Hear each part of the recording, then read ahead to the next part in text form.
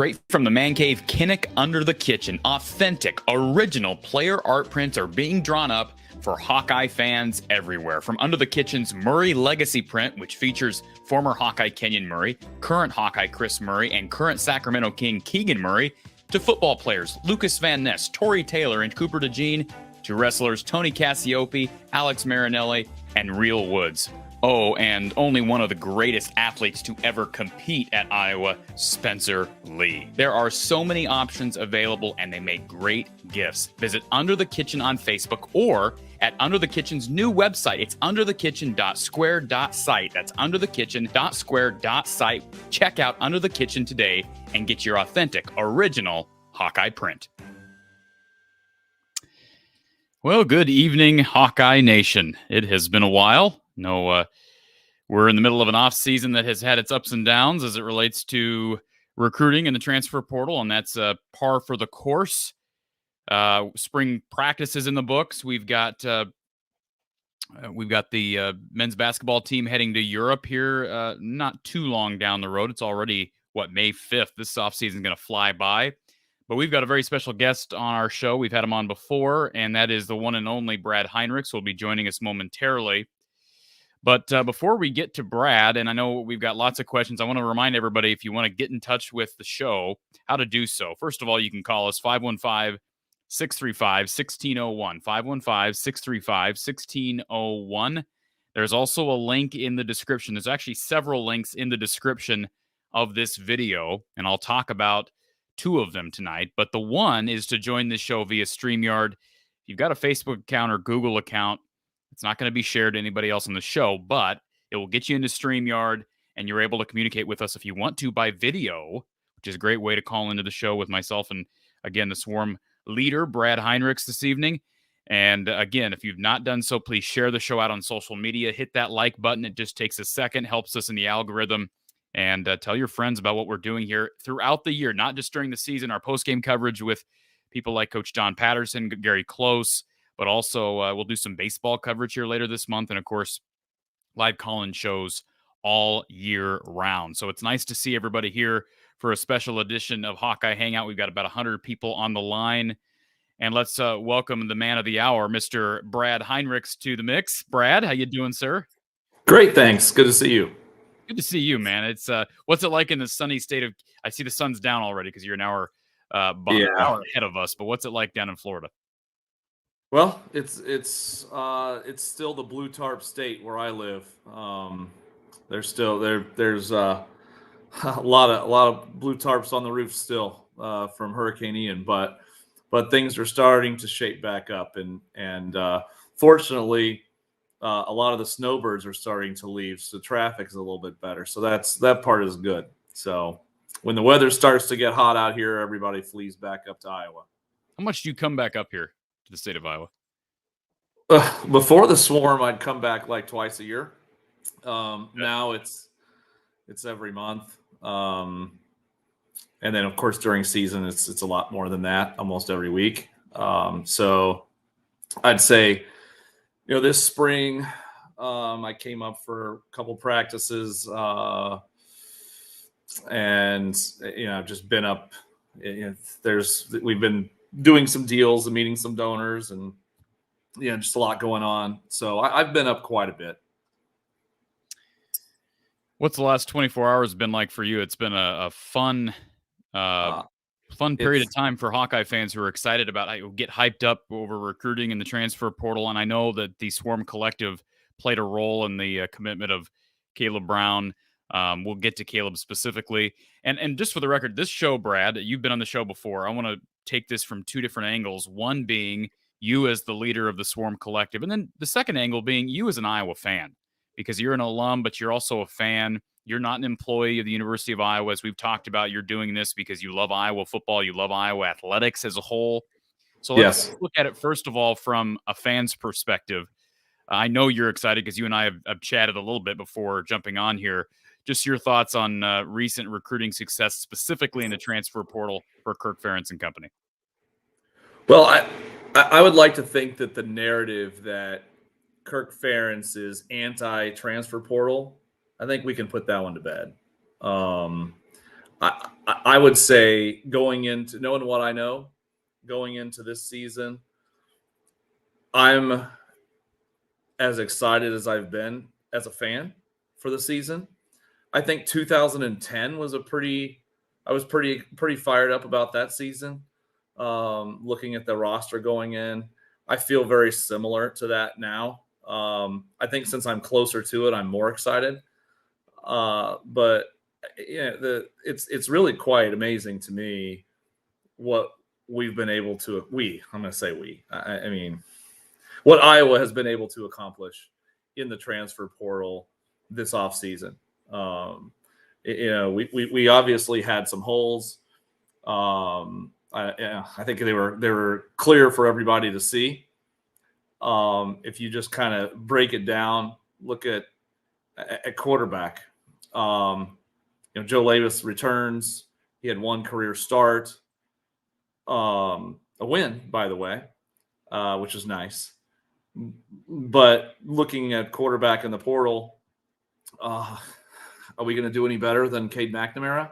The guy, in my opinion, saved Jim Harbaugh's job. He won the Big Ten. He took his team to the college football playoff. I mean, that doesn't suck. And this kid's a player. I will tell you, we can talk about each of these guys individually if you want. So I've got to know them. What I've been most impressed about with Cade, his leadership is unreal. He is rallying the troops. He's raising the standard in the football facility. The kid shows up to the football facility at like 4 a.m. It's insane how much this guy wants it. I'll share a fun anecdote. You might like this. I hope he doesn't. I doubt he'll care that I say this. We had a big donor dinner for Swarm. A few weeks back, and part of it we had 6 guys as six of the players on a panel to kind of talk about NIL, talk about practice, the season, kind of whatever. And Cade McNamara was on that panel, and one of the donors asked Cade, so do you ever think about maybe playing Michigan in the Big Ten championship game because they're not on our schedule? Cade's response was, I literally think about that almost all day, every day. Like every single day I think about that. It drives me. This kid wants to win. And he's won over his teammates. It's the football facility is pretty tight. These guys all they're all playing for each other. Anyway, but back to your original question. Quarterback, I don't think we're going to do better. Okay. I mean, I don't know if there was a better quarterback in the portal.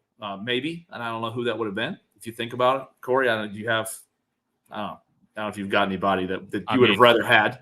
I don't know that I agree with you. Based on resume, I know people were hyped up about guys like Hudson Card from Texas, but based on resume, Cade has proven more than just about anybody else in the portal. For sure. There have been guys who put up monster numbers like Tanner Mordecai, who's up at Wisconsin, but he's doing that at SMU. So no, I agree.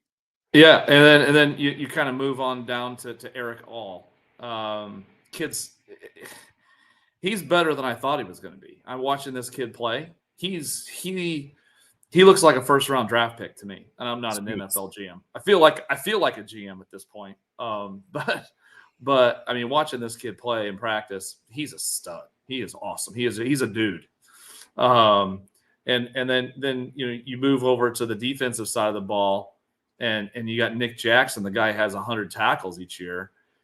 We're going to miss Jack Campbell. There's no doubt about that. There's no sugarcoating that. But we're not going to be playing a young kid that hasn't played any football. We're putting an all ACC talent in the on the field there in Jack's spot. He's not gonna miss a beat. Then you add other players that complement. Before we get to Caleb, you got Seth Anderson, unfortunate injury, but he's got a lot of ability. The kid was he play Offensive Player of the Year in his conference last year? Something like that. And real Yeah, quick, Brett, before I know you got to be careful with how much you can share, but what you yeah, know, but sure. he's dealing with an. I think it's out there that he's been dealing with a hamstring. Yeah. You get the feel that he's going to be ready for camp. I mean, I know hamstrings are tough, and you look at I, Keegan Johnson's situation last year. But what's your yeah. feel on that situation? I'm no doctor, and I know hamstring injuries can be nagging, but I think that the expectation is that he's going to be ready to go by camp. So that could change, and I'm not privy to all I don't ask questions about that generally, but when I hear the coaches talk, they factor him in as if he's going to be in that mix. So I would expect that he'll be playing. Same with Nico Regain. He's been kind of dinged Yep. up a little bit, but I think he's plug and play at this point. He knows the offense pretty well. So Seth, and then these other kids that you got a couple of offensive linemen. They're going to at worst add depth. They may be both starting for all we know at this point. You got 9 or 10 offensive linemen that have experience in playing. They'll be competing and raising the bar for each other. And the one guy that nobody really talks much about, but really impressed me in practice. This Deacon Hill guy can throw the ball. I mean, he's the biggest quarterback I've ever seen this side of the Pillsbury Throwboy from Kentucky. But this dude can wing it and is not afraid to. I think our quarterback room is as good as it's been in a while. It's. Yeah, we haven't even talked about Caleb yet. That's probably part of the reason I'm on the show. We'll get to that. But when you add him to the mix, now all of a sudden you've got a real chance, in my opinion, to play against anybody. And if everything goes well, I think he's got the makings of a special season. Granted, everybody's 0-0 at this point, but I'm fired up. I think we've got a shot to. I think we're going to be favored in every game but one.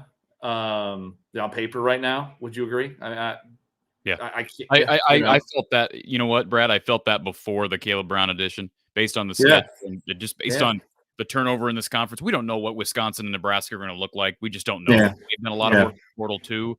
Maybe with the portal, as you know, programs can go through change at a hyper speed like they weren't able to in past eras. But that doesn't always work. And you've got change at Purdue, you got change at Nebraska, you've got change at Wisconsin, you've got some change still at Illinois with Brett Bielema losing his DC and losing some really important pieces to a team that I think was probably best in the West last year. So, no, I agree with you. The schedule shapes up for Iowa to win 10 games, and with the Caleb Brown addition, it shapes up for them to be the odds-on favorites to win the division.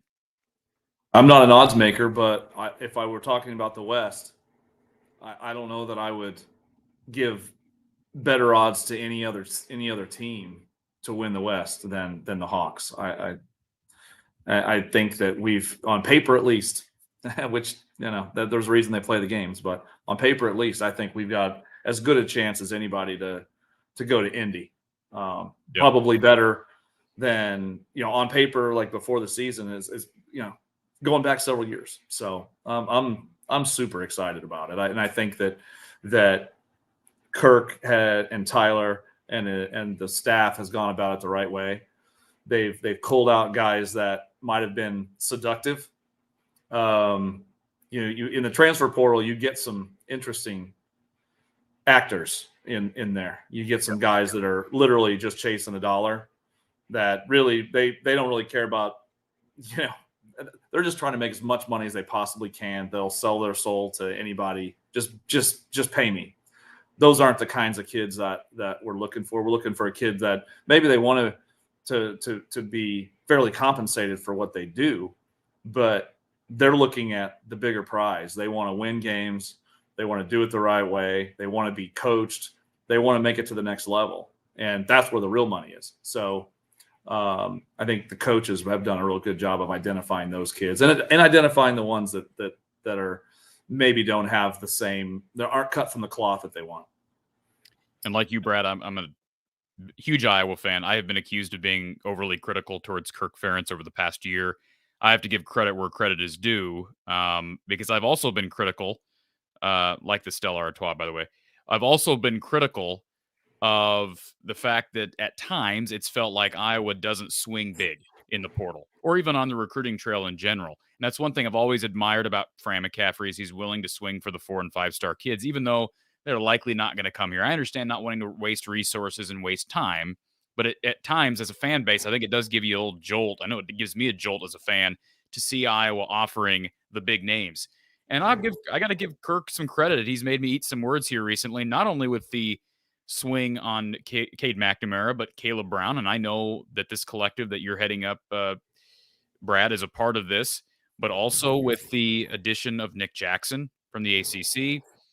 You've got a situation where they've got an offer out to the top quarterback in the 2025 class right now, top quarterback in the country. So those are the types of things that as a fan give me inspiration and energy. Have you noticed the same thing? I mean, I know you look at Kirk Ferentz from a different perspective. You're a little bit older than I am. You're an alum, etc. But just your thoughts on maybe an evolution of how this staff has looked at the portal and looked at recruiting. Yeah, I think that there's a big misnomer out there. I think one of the reasons that Kirk Ferentz has lasted at Iowa as long as he has is the ability to adapt. And some people will argue that he hasn't adapted at all, and I would argue that he really has. He's said to me many times, it doesn't matter whether we like this new world that we're in, but if we're going to play in it, we got to do it right. We got to be successful in it. We got to embrace it. We got to utilize it to our advantage. Look at the people. We were just kind of going through the list, and I didn't even name all of them that we brought in the portal. But you look at the additions versus the subtractions. I think we're a better football team. I mean, obviously, some of the subtractions are in the NFL. But in terms of the people who voluntarily left, that's a no-brainer. With the people we've picked up versus the people that have just kind of left on their own, I think we're much better off. And we lost some good players to graduation in the NFL, but we've plugged some gaps. And I think with Kirk, he wants to win. Most people don't. There's a lot of people I talk to that don't think he cares about winning because he's got the fat contract and you can't touch him at this point. He's untouchable. I can assure you, this dude does not want to lose. He does not want to lose. And I've experienced that firsthand in talking to him. So I know it doesn't fit the narrative that some people like, but I'm just saying firsthand, I can tell you this guy wants to win as much as anybody. And I will tell you this, and I'll be interested to hear what he would say if I asked him this question, and I probably will since I just thought of it. I think that this transfer portal has invigorated Kirk Ferentz. I think that he has a sort of a little bit of a maybe it's a pop in his step a little bit. Iowa's always been a developmental program, and if we have if we whiff on some recruits or some guys just for whatever reason don't pan out, then we usually pay for it, right? I mean, we've got big holes, and we just that's when we end up 6-6, right? Or have one of those kinds of years. But now with having our NIL program that I'm pretty proud of at this point, and this new transfer portal, we're able to reload a little bit. And I think that's encouraging if you look at it that way. I mean, if you look at it the right way, you use it as a tool, as a competitive advantage. That's one of the reasons I'm doing this. I mean, I want us to have a competitive advantage. That's what I want to do.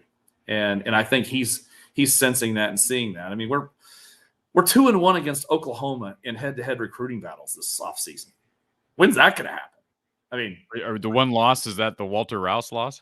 Yeah. And I don't, I mean, say what you want, right? Yeah. Well, I mean, yeah. No, you're absolutely right, and there's nothing I can argue from what you just said. And for anybody that I think that's when you start to filter through the people that are just out there with a narrative.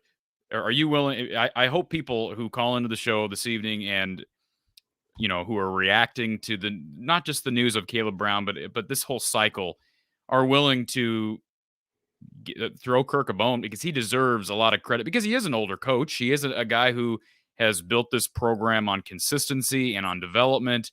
So to see him evolve, being willing to evolve, and some people, Brad, I'm sure you've heard this. Some people will claim that they believe it's because he's desperate to keep his son employed, etc. I'm not saying that's true. I'm just saying, regardless of the reason and the motive that you want to attribute to Kirk Ferentz, he's done it. He's evolved, and he's done a pretty darn good job at it. And if you, going back to your point about struggling to develop at certain positions, as great as Iowa is as a program, developing certain positions, if you look at the two positions they have struggled mightily at, struggled the most at developing, quarterback, wide receiver. Yeah. And those are the two positions that they, if you look at what they did in the portal this year, they had the most positive growth, right, at those two positions. With and I'll throw Deacon Hill in the mix, but depth, because you talk about depth of the quarterback position with McNamara, with Deacon Hill, and then you talk about the additions. I know they missed on Tisla, but you talk about the addition of Caleb Brown, and I really like Seth Anderson once he's healthy. Yeah, I mean, you're right. I mean, if you're going to struggle developing kids, whether it's from a personnel and a miss in evaluation and recruiting development, whatever the case, the portal is a way to supplement that. It is. It really is. And you know, what I think you're going to start seeing is that college football and basketball, for that matter, is going to become a little bit like the NFL with free agency.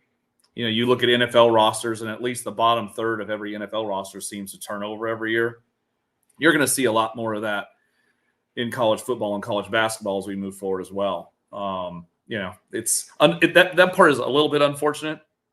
Kids, instead of sucking it up when they hit some adversity, they say, I'm just going to go in the portal and go play somewhere else where I know I'm going to play right away and I won't have to, you know, bide my time. But that's just the reality of it. It's, you know, we're in a society now where it's like we want it now. And because there's no penalty for leaving, you're going to, you know, kids are entering the portal all the time. So, you know, you can either use it as a competitive advantage for your program, or you can get destroyed by it. And I think we're on the good side of that coin at this point. We've got Brad Heinrichs here, leader of the Iowa Swarm, the collective, and it's done some really positive work along with this staff at attracting some high major players. We're going to get to your calls and your questions in just a second.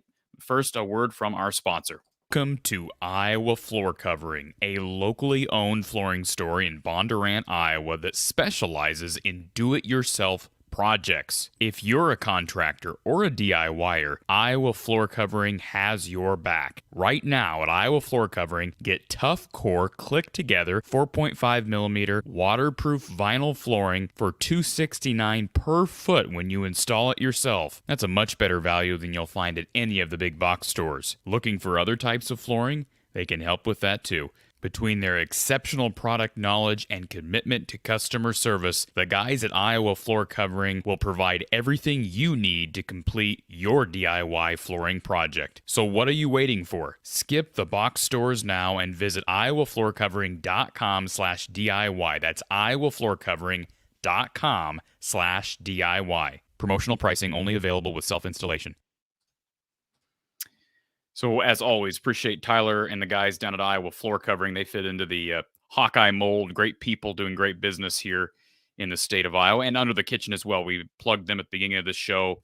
Randy Engel with his Hawkeye prints, working with a lot of Hawkeye athletes, including Cooper DeJean and Xavier Wampa, Jack Campbell, etc. So check out his stuff as well. And links to all of our sponsors found in the description below.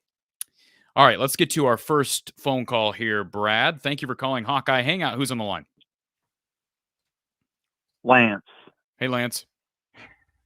I just wanted to say, I wanted to add with what you guys are talking about as far as the transfer portal. And thank God for the transfer portal, because I was not known for getting 4-star recruits in the past. They're normally, you know, like what you call the 2 and 3 stars, like trying to, you know, get them going and all that. So all these guys that are sick on being on the bench and they want to get off the bench and be in a team that's going to display them. Like as far as this guy from Ohio State, I don't know if he's a third string or what. If he wasn't a starter, obviously, I guess. So just to get the kids that want to, progress, that's cool. So I mean, well, he's been developed, Lance. You could argue he's been developed by the best wide receiver coach in the country, and part of the best room in the country. So regardless if he was projected to start, I think he had a chance at playing based on what I know and based on what I've read. It sounded like he had a good spring and really came along. Just Brad, your thoughts on Caleb Brown's development? I mean, let's remember he was a true freshman last year, didn't enroll early. This is his first true spring. Yeah, here's what I'll say. Ohio State was really upset when he hit the portal. That tells you a lot, right? He was in probably the deepest, maybe not even probably. I don't even know if it's arguable. The deepest wide receiver room in the country. You're playing behind that. Well, I don't know how you pronounce the guy's name, Igjigba or whatever his name is, and Harrison Jr. Those guys are first round draft picks, and so. And Harrison Jr. is coming back, I guess. So he was looking to share time again next year, and he thinks he's ready. I think one of the cool. I'll give you a cool part of this. I was talking to his, what do you want to call it? Godfather, I guess his name is who he is, and he told me that he says I was asking. I asked Caleb. I said, "Are you ready to be the man? You think you think you're ready for that kind of role? I mean, are you wanting to be a role player? Are you ready to be the man?" He's like, "I'm ready to be the guy. I want to be the guy." And so he's he's super fire. He's a low key kid, very low key kid. He's not no frills kind of guy. He wants to work. He and Cade have already hit it off. Cade was his host on recruiting trip. One of the cool things I'll say too is, so Cade, talking about leadership, and I'm coming back to Caleb here in a second, but Cade goes to a quarterback camp out in California, run by Carson Palmer's brother, Jordan Palmer. Yeah. And so the Swarm is paying for Cade to go out there and go to this camp here in it's in a week or two. And Cade, being the leader he is, asked me if we would also sponsor him bringing his tight ends and his wide receivers with him. And we were like, yeah, we'll figure out a way to pay for that. And so he's bringing his whole crew with him out there to California to get some extra work in. That's pretty neat. I mean, he's wanting to bring his guys along to help develop the chemistry. And Caleb Brown is going to be one of those kids that's going to be traveling with him. So for the people that are worried that Caleb he's committed, but he's kind of, he's committed with sort of kind of committed. Now he's all in. He's a kid that's, I think, I read a publication that had him that said that he was one of the top 5 athletes to come out of the Chicagoland area in the last 2 decades. That's a pretty insane. I mean, just the fact that he was the second best player in the state last class. I mean, Yeah. I mean, he was top 10 wide receiver in his class. This dude's he's a dude. He's a dude. And when you look at him, he doesn't look like I looked like as a sophomore or a freshman. This guy is he's built. And when Cade found out that he committed, Cade just screamed. He was so excited. So there's a lot of excitement around Hawkeye football right now, and I hope the fans are excited. I hope they're supporting the Swarm or at least considering that. And I mean, fall can't get here fast enough for me. I just got 2 more questions. Okay. What part of Florida are you in, dude? I mean, Because I'm in Fort Myers, Southwest Florida. Okay. And what are you drinking in that bottle? That's Stella Artois. So I'm going to tell you right now, my days of drinking Stella Artois are numbered because we are about to make Swarm beer. And so all you Hawkeye fans out there, I hope you guys will be drinking Swarm beer. I'm trying to find passive investment income for the Swarm. And so we're going to be announcing in a press release on Tuesday with an Iowa brewery that's going to make Swarm beer, and hopefully we'll be able to sell it in Kinnick, and people will, drink for the Hawks, thanks. I guess. Go right? Hawks, man. All right. Thank you, Lance. Go Hawks. Appreciate that. And yeah, I will give you credit. You have, Brad, a lot of people in your position, things are, I think it's fair to say maybe the collective had a slow start. Is that fair to say, like compared to some collectives that really took off? Well, it was we were late to the, Right. I mean, we were late to the party. I mean, we danced, we're dancing our butts off, but we didn't show up at the same time as everybody else. We kind of were a late arriving crowd, if you will. We didn't start until last July. We haven't been going for a full year yet. So we were kind of late in the game, and to some extent, I would say we don't have near the members that I was expecting at this point. We're shy of 2,000 members. That is incredible to me because, I mean, you're talking the lowest membership amount is, give that to us again.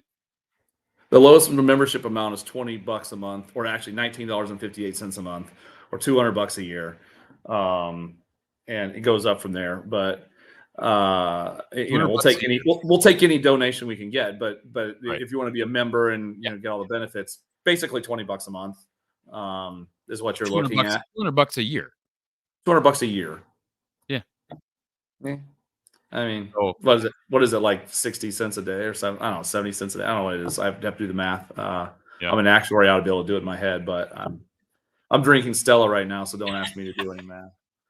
So, but in any event, yeah, I mean, I would say that it didn't, it wasn't necessarily a running start, but we've built good infrastructure. We have a solid foundation. We've got 2 good employees, really great employees, and I've got good rapport with the coaches.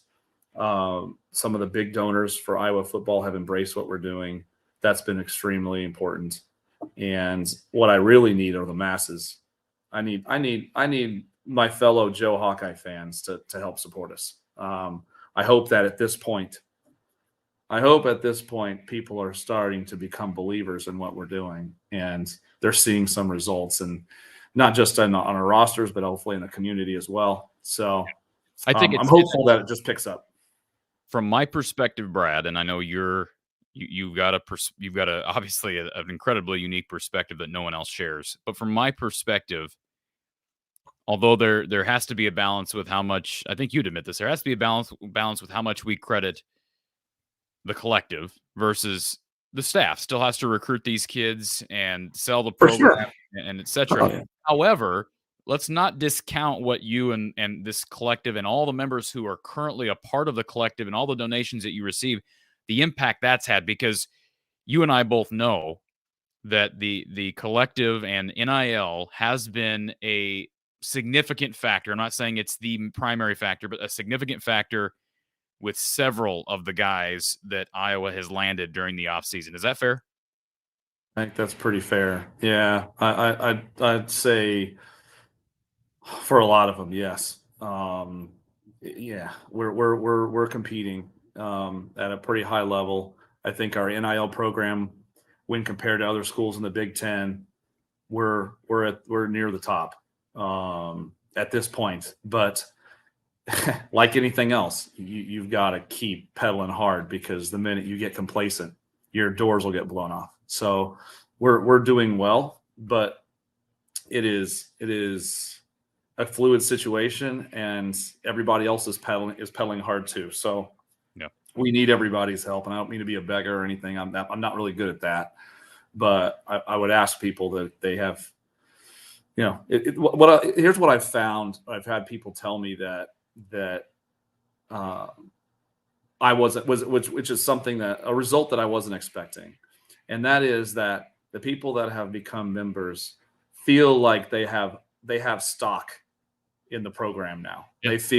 They feel the victories, the recruiting victories, or the victories on the field are more significant to them because they felt like they had a small part in that, and it's making their sports fandom a little bit more fun. These recruiting wins or whatever, they're rejoicing in those a little bit more because they feel like they had a piece in some of that, and so that's pretty cool, actually. Absolutely. I can see that wholeheartedly. Belligerents, thank you for the compliment. Belligerents, Erica says, hi, Brad. Got any anecdotes, thoughts about Dejon Parker? I think he's going to be special. Yeah, Dejon, Kirk's loved this kid. He's got a chip on his shoulder. He saw him. I mean, Kirk told me he walks into the weight room the first day and he's like, oh, he could just, he just looked like a dude. He watching him throw up weight. Unfortunately, he got injured this spring and missed a lot of spring ball. So it's really unknown. That's really too bad because he could have really developed this spring. So he may be a little behind come fall. But he's got the physical tools to be a tackle, a right tackle for us. And so I think the jury's a little bit out because he didn't practice much, but I think Erica, you and Kirk are of the like mind that he's got a chance to be pretty darn good. I'd say the one kid on the offensive line that's really flashed this spring that maybe Hawkeye fans don't know much about is this Jennings Dunker, I think is his name. He may, if they're playing a game this weekend, tomorrow, he'd probably be the starting right tackle. He's one of the strongest guys on the team, if not the strongest guy on the team. And while he doesn't have a lot of experience yet, he's got some physical tools and really the sky's the limit for him. He probably would be our starting right tackle. And I know the coaches are really, really high on him. I'm no O-line guru, Brad. Neither am I. Well, my dream scenario, based on what I think I know, based on where guys project, would be you got Mason Richmond at left tackle, you've got Dejon Parker at right, you get Jennings Dunker as at one of your guard spots, probably at right guard. I'm assuming that would be more natural if he's running a lot at right tackle now.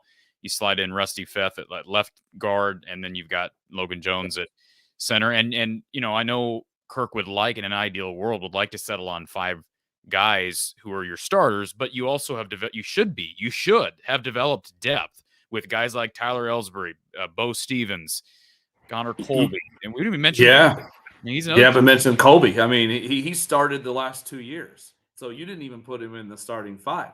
The other guy that had a great spring that really ascended that I was going to mention is DeYoung. He had a really good spring, and So I think we are really deep at offensive line. Obviously, some of these guys are nicked up and had some injuries that are, might have held them out this spring, but hopefully won't factor this fall.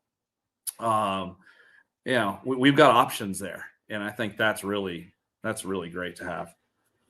Thank you to Erica for that super chat, and let's get to Doug, who's been waiting on hold. We had James on the line, but James, jump back in and we'll get you on the show. Doug, welcome to the show, Doug. Hey, yeah, I'm on a podcast now, Mom.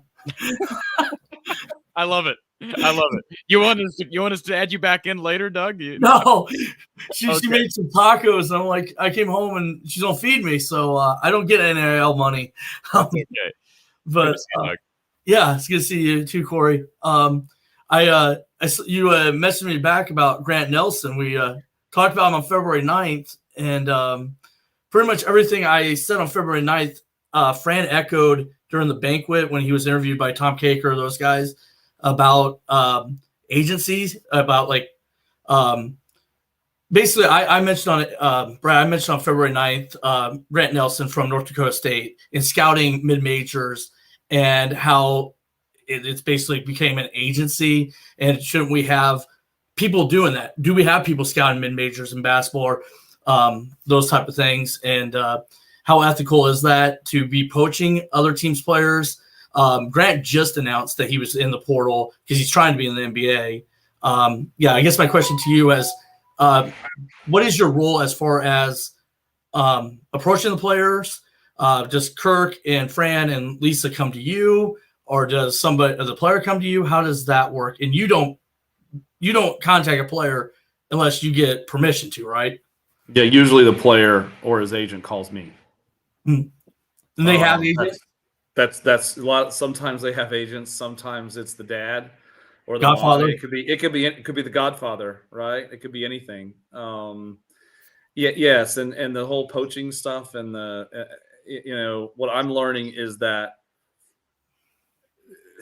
a lot of the kids that go into the transfer portal already know where they're going to go, and it's pre-wired already where they're going to end up, and so that's kind of unfortunate, but it is the way of the world. That's just the way. That's just what's happening. And so Iowa might find out about a kid in the portal, and then they reach out and they're basically told, he's already figured out where he's going, so just don't waste your time. I mean, that happens a lot, and so the agents usually, or it could be the kid, could be the parents or whatever. They call me to find out about NIL at Iowa and so on. The NIL money for the student athlete is only while they're enrolled at Iowa. Like Spencer Petras doesn't get any money anymore, right? Or you wouldn't do anything to represent Spencer. And if they're not signed yet, you don't represent them either. Like they're not part of the sport. They have to be on the active roster to receive any NIL money. Because Ben Valpo transfer, he committed, but there was like a month there before he signed, so like he couldn't get any NIL money until he signed, right? He's got to be enrolled. Yeah, he's got to be enrolled on the team. So he's got to be on campus, and for him, he's a foreign player, so he can't get any NIL money while he's in the United States. So crazy rule, but that's the way it works. Real quick, not to interrupt, but am I going crazy? Since when is Spencer Petras not on the active roster, Doug? Since December? He's absolutely on the active roster. He's hurt right now and he's helping as a player coach, but he's absolutely part of the roster. You go look in the active roster. He's on the roster. Yeah, you've got to be on the roster to get any NIL money. You can't be a grad. You can't be not on the right. You can't be a high school senior. You can't be, But he is on the roster, so I'm assuming that. I know we're talking about a specific player here, but I'm assuming is still benefiting from name, image, and likeness. If he's on the roster, then he can. Yes. Okay. Yeah. That's all. Just to bring that up. I just wanted to clear that up because you said that, Doug, and I just wanted to make sure to everybody. Right now, last I knew, he's working with the O-line, which I thought was curious. No, he's on the active roster. Yeah, I saw him working with the O-line when I was up there at practice. I thought that was fun. Well, anybody can profit off their name, image, and likeness. I can profit off my name, image, and likeness. Swarm, the collective. Yeah. We're talking about the collective. Yeah. And that's what some of my questions are about the collective and your role, Brad. As far as, like I said, you mentioned how much of one thing you answered, which I really appreciate. You said you really do appreciate my $20. Like that really means right. To me. Absolutely. We need 10,000 of you. Okay. We do. I absolutely need your $20. This will not be successful over the long term without thousands of Hawkeye fans giving me $20. It just won't. Because you get the idea that it's the Hy-Vees, the corporate sponsors that are more important, and it's like my $20 doesn't matter. So I really appreciate you saying that because it makes me feel a little important.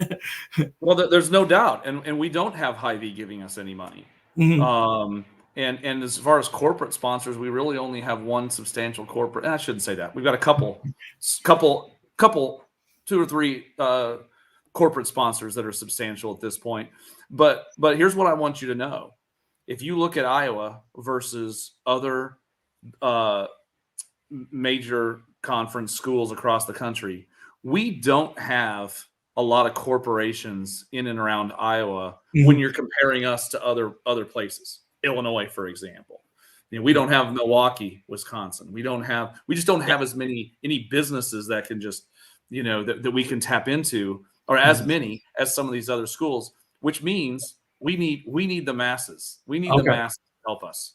And if we don't have that, we're a sinking ship.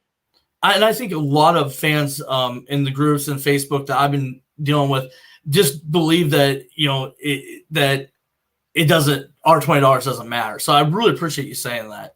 That's false. I mean, yeah, I mean we need 10, 15,000 Okay. people doing something like that for us to make it. Mhm. The big donors are really helping out right now. But you can only go back to that well, Mhm. so much.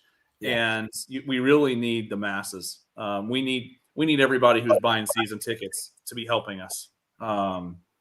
So Yeah, one of my Facebook groups I'm in has 24,000 members, and I'm just like, why? And I keep on posting your stuff in the group. It's just the Iowa Hawkeye Facebook group. I keep on posting your stuff. I'm like, why is no one? I was surprised you said 2,000. That's all you have. We're less than 2,000. That's shocking. I'm sorry, Brad.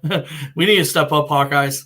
Well, it's really easy, I think, to dismiss it and say, well, I'll let someone else fund this. I'll let someone else do this. But what I would encourage people to understand is that when you do this, you're going to derive enjoyment out of it. You're going to get something out of this. And it is going to, it's a tax deductible donation. And I think the people that are, if you ask people that are doing this, when we get a Caleb Brown commitment, or when we win some games this fall, there's a little bit of extra, I had something to do with this, versus where Joe fan before, you're just a Hawkeye fan, but if they, win or lose, it's kind of like I'm not the one that did it. I didn't have anything. I didn't have any stake in the game, so to speak. I think people will be more invested than they have been in the past. And I think that's cool. That's what being a fan is all about. I got like two more questions. I think I'm only with two more questions. Corey can kick me off whenever he wants. Probably people in the chat already want me off of here. Okay, thank you, Corey. One of my questions. I've got more beer. Go ahead. Okay. One of my questions has to deal with the collective and basketball, because I said I was a basketball person. Villanova, Creighton don't have football teams. How is our collective, and some don't represent the women, I understand, and you represent three sports, right? Yes. Yes, men's basketball, women's basketball, and football. How does that impact our collective, and what money goes to basketball? What money when I give you my $20, where does that go? Or if somebody gives you $10,000 and says, "Hey, just give it to Fran or one of those players," I guess how does that work? Well, how much does football get? We get, women get. So good question. So if you you give $20, then it goes in the general fund, and it will pay, about 75-ish% football. And then the other 25% is split evenly, so 12.5 apiece. It was originally going to be 80-10-10, but we basically do it based upon the number of people in each sport that signed up. So it's essentially split amongst all the student athletes. Well, there's 4 times as many student athletes in football as there are in basketball, and the two basketball teams combined. Yeah. So that's kind of why that split is the way that it is. But if you donate $100 a month or more, or $1,000 in a year, you can say, "Hey, I'm a basketball guy. I want my entire $1,000 to go to men's basketball." That's fine. What I don't do, just because I've got another job and a lot of other things going on, you give me your $20. I don't want you saying, "Well, I want $7.50 to go to football. I want $10 to men's basketball, and then the rest to women's basketball." And I don't want to have to start splicing and dicing someone's $20. But if they're going to give more, then I'll just say, "What do you want?" But that's how it works. Did that answer it? Yeah. Well, part of it. How does like Creighton or Villanova? So those guys. I will tell you that while I'm super excited about where we sit in the Big Ten in overall, I'm not afraid to say that basketball is a challenge, and it's not. It's because we're going up against these guys. Some of these kids, we're competing against Gonzaga, we're competing against Villanova, Creighton, Providence, Xavier, right? Yeah. All of these schools do not have a football program, or at least not one that's worth talking about, right? And so then what happens? All of the NIL money gets split amongst the 13 guys on their roster, which becomes a big number. Mm-hmm. And it's not a number, since we're spread over 130 something student athletes. We aren't substantial enough now, right? This, to be able to compete for the 5-star kids. Yeah. That some of these other organizations can, because their NIL programs, hey, everybody on our team is going to get $250,000. Yeah. Well, we don't have that kind of capital, at least not yet.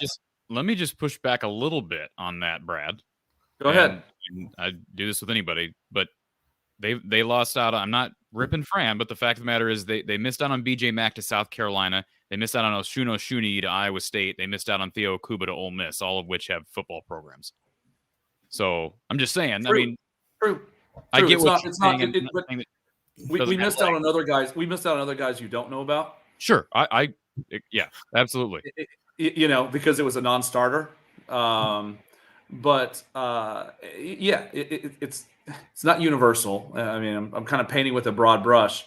Yeah. But to this gentleman's point, when you're competing from an NIL perspective with an athletic with a basketball program that doesn't have a football counterpart, yep, there's dilution at Iowa that doesn't exist there, and that's a headwind for us, and it's a headwind for other schools too.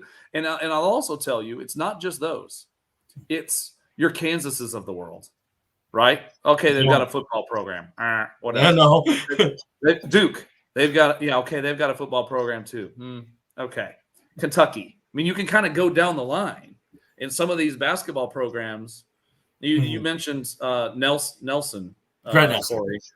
Yeah, and I don't know whether he's going to go to the league or whether he's going to stay in college, but I think he may be the best available center at this point. So I'm expecting, while we may be excited about this guy, and maybe we go after him. I haven't heard yet, but don't you? I would expect your Kentuckys. Because Hunter Dickinson went to Kansas, so now everybody else is saying, okay, everybody else that needs a center, they're the blue bloods are going to descend on this kid, and there'll be either schools that don't have a football program or don't have one that's worth talking about, that have all this NIL money. Yeah, it sounds like Kentucky's a little bit further behind on NIL stuff than I would have guessed, but you're absolutely right on that. Doug, if you had to ask me, I don't think I don't think Iowa's got much of a chance with Grant Nelson. However, I stand by what I said earlier. I applaud Fran for making contact with whoever made contact with Grant. But it was reported that somebody on the Iowa staff made contact with Iowa. Good on him. I mean, there's nothing wrong with making contact and putting the feeler out there, right, Brad? Yeah, oh, for sure. Here's what I've learned about working with Fran. He is a tireless worker. That dude works hard. He really does, and he goes after guys. He goes and he travels and he sits there courtside to watch players. And he's not an ivory tower sitter where he just kind of waits for someone to show up. I mean, he really does work hard, and I've been impressed by his work ethic and how hard he recruits and I'm hopeful that this Cricky guy is going to be great. He's got some shoes to fill, but I do think we may be done on the basketball front. I don't think we're done in the portal on the football front, but we'll see. My last question, because I thought it was really cool, and I hope you do more things like this. You guys took a trip to Dallas, and is that right? Yeah. How are you guys doing things? Yeah, so pretty neat. Kids. We brought a couple of players with us. I call them kids because I'm almost 50. We brought some players with us. We rented out a suite at the American Airlines Center. We had Fran there talking to the guys. We had a happy hour beforehand. He addressed everybody. People came sat in the suite with Fran and Chris Murray and Connor McCaffrey and some other folks. And then after the game, we got onto the floor and people met with Keegan and took pictures with him. We're on the floor at the American Airlines Center. Pretty fun trip. Yeah. This NIL stuff has actually opened up the door, and Fran probably better than any other coach, maybe better than any other coach in the country. I'll be honest and say he's the best. He's terrific at basically saying, here's let me open up the hood. You can look. You come on in. Take a look at it. He's all access. He has no problems giving access to folks. He just wants he wants people to have a great experience. He also wants his players to have an NIL opportunity, and so he's willing to do anything he can in order to make that happen. I mean, those trips are probably going to be a little pricey, but you are going to do more of them, right? Oh, we're going to be doing all sorts of experiences as we move forward. More next year basketball than we had this year, so it'll be fun. Awesome. And we also are going to have a lot of happy hours for Swarm members before the game. So if you're a member, come on in, have some drinks, meet other Hawkeye fans, and Yeah, I look forward to what you guys do and being a part of something. Like I said, again, it's a financial investment, and that's really cool. Like, again, I mean, I don't have a lot of money, but I love my Hawkeyes, So same here. Thank you for doing what you're doing. I'll talk to you later, Corey. Okay. Appreciate it, sir. All right, DC Hawkeye, I appreciate the super chat. He says, nice coverage in the offseason. Corey, you always ask direct, non-BS questions. Keep it up. That is your trademark, and why many on here are on here. Well, appreciate that, DC Hawkeye, and thank you for the super chat. And as much as we continue to talk about supporting the show and supporting the Swarm, I know it's difficult, especially in the offseason. People kind of, we all get distracted with, there's other parts of life that distract us, Brad. So, for sure. Again, recruiting never stops, and the transfer portal has changed things to a large extent. And the funds that are created here now, I'm talking about for the Swarm, will assist in some way, whether it's now or it's later. I did want to ask you. We're going to get to a couple more callers. We've got Randy, we've got Matt, we've got Ryan and Tony all on hold. But before we get to those callers, I wanted to address a subject that that gotten brought up previously when we were on the show, and that was the Swarm's relationship, the collective's relationship with the Iowa athletic director and the department. And when you were on the show last time, it sounded like maybe there had been some improvement with communication. I know Gary Barta had released a statement about why Iowa refuses to divulge season ticket holder personal information. That's email addresses. I think that's basically all you've requested.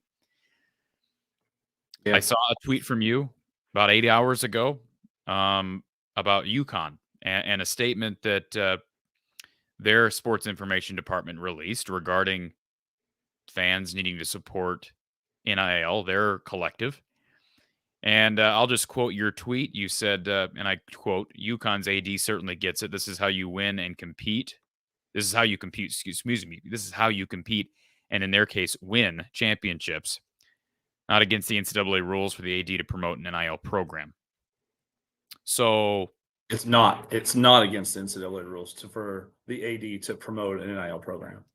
So my question is, where is the relationship with the administration, Gary Barta? Has it improved? Has it gone backwards over the last few months? I think it's in the same spot. I don't have any adversarial relationship with anybody, really. Life's too short for that. I continue to hope that they're going to be looking for ways to help support us. What I see seemingly every week, a Power 5 athletic department hires an NIL director, where their job is entirely to come up with ways for the athletic department to help promote the NIL collective. We don't have that position at Iowa. And to my knowledge, there's nobody that's really tapped to do that. And so, we're hoping that we'll get some additional assistance, and things like I'll tell you what I'll giving you wish lists when we send out season ticket holder renewals. I would love to have a line on there that allows people, if they want to donate to the Swarm as part of that. Football, basketball, whatever. That things like that. I would, I appreciated Gary's letter and email. I'm sure it was a reaction to me kind of giving him a hard time on social media, but I did appreciate it. I but I didn't. would, I- but I would, Go but ahead. I would really, but what I really want is a call to arms. What I really want is for the athletic department to say, Hawkeye fans, this NIL thing is becoming directly related to our ability to compete, and we need all of you Hawkeye fans to support the Swarm Collective. We're the only game in town at this point, and we've got some momentum, but we really, really need you to help, whether that's at the $20 a month level or other levels above that. Whatever you can do, we would appreciate. More of a call to arms kind of thing, and to continuously look for avenues to help us fundraise. Now, I will say that they're saying no to me a little bit less, which is good. Like, I'll give you an example. We are, this is maybe news to many people on the line. We're going to do I'm going to call it a co-ed basketball game. We're trying to find the date, but we've got the kids and the coaches to sign off, and Iowa is going to allow this. So imagine Caitlin Clark shooting over Tony Perkins. It's going to be, it may be Caitlin and Connor as team captains or something, and then they basically pick teams, and we'll have it'll be a co-ed scrimmage, if you will, or whatever we're going to call it, exhibition, and they'll play, and then afterwards we'll do skills competitions where Caitlin will maybe have a 3-point contest against Peyton Sanford, or maybe there'll be a team kind of thing, men versus women. I'm not sure. We're trying to finalize some of the details, but it's going to be a lot of fun, and we're going to do it this summer. We're trying to decide whether we're going to do it in Des Moines or at Extreme in Coralville. But all the proceeds will go to benefit the Swarm, and the athletic department is not going to stand in our way of doing that, which I'm appreciative of. But we have to be doing things like that, experiences like that. Hopefully Hawkeye fans will love it. But we've got to do stuff like that in order to raise money. We can't just go around begging. We need to be having experiences or creating products that people pay for, where proceeds go to the Swarm. We've got to come up with ways to raise money. Otherwise, we don't stand a chance. We're not going to continue to beat Oklahoma on the recruiting trail. It's not going to happen. Couple things. First Go of ahead. all, I don't quite understand how the athletic department. I'm not going to, unless you can explain to me a legitimate reason to applaud Gary Barta and the athletic department for not standing in your way of having a co-ed basketball game. I don't quite understand how Gary Barta and the athletic department could stand in your way of doing this with NIL. Those kids can do whatever the heck they want. Well, there are some, they have compliance department, and there are rules around having competitions outside of the season, and in getting into the details of what constitutes a competition. Let's just say that there are some rules that, depending upon how you want to interpret them, that could make it difficult for this to happen. But I think at this point they're conceding, because I think both coaches want this and need this. And so they're getting pressure from a lot of people to make sure that this works. And I shouldn't say pressure. I don't know if there is or not, but I think that it's going to happen. I gotta live with these people, so I want to play as nice in the sandbox as I possibly can. But I don't have a problem providing examples of what other athletic departments are doing to help their collectives, in hopes that our people read that and constructively feel like, okay, maybe we could do this. This is something easy we could do. There's a lot of simple things that can be done to help us that just aren't happening and haven't been happening. And while I don't want to just beat them up, I'm not, I don't want this to be adversarial at all. We need to be in lockstep. it's just, it's what it is. But these guys can be an accelerant to us, and I'm hoping that it happens soon. You've been hoping that for a while, Brad. So I know. I'm not saying that I applaud you for your what's the word? Your endurance in this regard. Yeah. We're going to be successful one way or the other. I'm convinced that it's just the pace at which we do it is dependent upon other people's help. Yeah. All right, let's go to our next caller. Matt has been on hold for quite a while. Matt, welcome to the show. Hey guys, can you hear me? Yes, we can, Matt. Or can you see me? Sorry, I thought I had my camera on. You are a black screen. We can hear you. Oh, bummer. Okay. Well, hey, so thanks for having this. I just stumbled upon it. So if one of the questions I asked, I apologize. I jumped on about a half hour ago. So Brad, like I said, I'm a proud swarm member, and I really love, obviously, thank you for what you do first and foremost. I know kind of what you do. My wife's an actuary here in San Antonio, and I don't know how you really have any time for this. So, and being the business owner that you are, so that is just crazy to me. So thank you so much. She works for USAA. Yep. So a lot of stress. So yeah. Understood. And then I work for State Farm, so it's pretty fun at the Warren household trying to figure out which is the best. So, anyways, not that it's about insurance. I did want to call out that one of the things I really love about being a swarm member is not only giving money and helping with the NIL, but really just the access to you on HawkeyeReport.com and just being able to kind of see what you're working on, what your thoughts are, and you're very transparent. So I love that, and that leads me into my question. So with the Caleb situation, I know you weren't real high on it, so I don't know if you were kind of sandbagging a little bit now that it's kind of said and done. And I mean that in a positive manner, but you were just kind of like, yep, let's wait and see. I think you were about 33%, right? So how did that visit get lined up and just a decision made so quick? And if I had to guess, I know probably, is it Boudemire had it a part of that, and maybe some of the players, or like Xavier having a connection with him? Well, Xavier actually visited Ohio State on the same weekend that Caleb did when they were in high school. Right. And I think they might have known each other, kind of in the junior football circuits or whatever, because they were both highly recruited kids. It ended up being a very incredible visit for him. I don't think he was planning to make a commitment to Iowa football when he got off the plane in Iowa City or Cedar Rapids. But he had a great visit. He understood what the opportunity was. I think he needed to understand that I was going to throw the football to a wide receiver.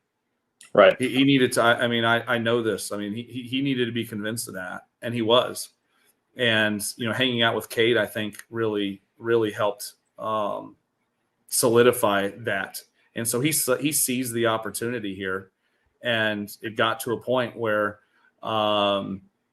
he felt like it was time to pull the trigger, and he did. And so I wasn't, the reason why I said I was 33% because I thought we were one of 3 visits he was going to take.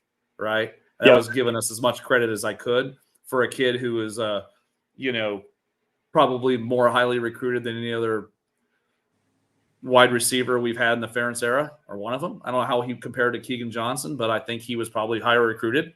I think Keegan was a 4-star, but this kid was top 10 in his position in his class. You can't blame me. Keegan didn't have Ohio State, Bama, those schools going on. Yeah, I wasn't sandbagging at all. I knew we were going to give it a shot, but when you're talking about a kid like this with his pedigree that we're going to get for 3 years, or at least 2. Right. Could potentially be 4, but I think this kid's going to play in the league. Sure. So, did you? That's talk how. it kind of came together quick, and I was super fired up when it did. Yeah. Did you have a chance to talk to him early on about the NIL package, or was it more towards the end, or did it really even? His godfather called me, before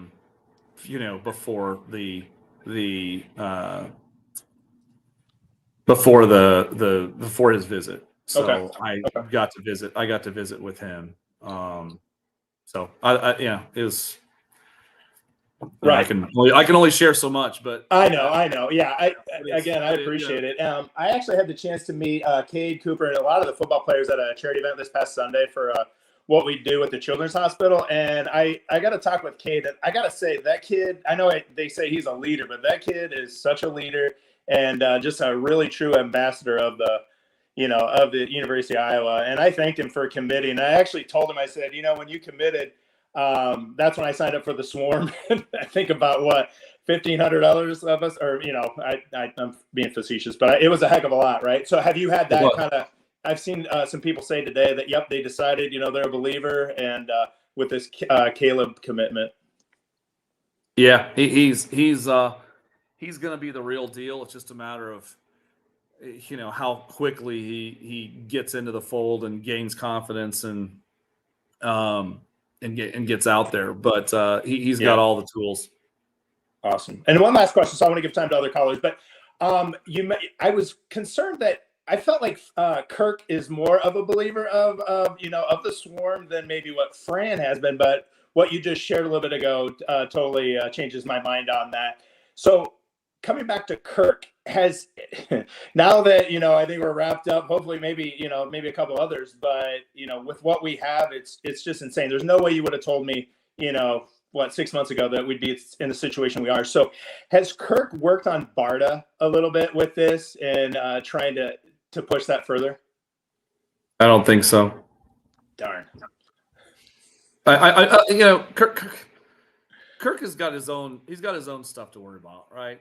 Yeah. He's got 130 something kids that he's trying to manage. He's got coaches, he's got recruits. It's not, to be fair, it's not Kirk's job to do my work for me. So I think that I will say that Kirk and Fran and Lisa are all going to record another commercial for us. That'll be sent out to all the Hawkeye fans, which we appreciate, right? Yep.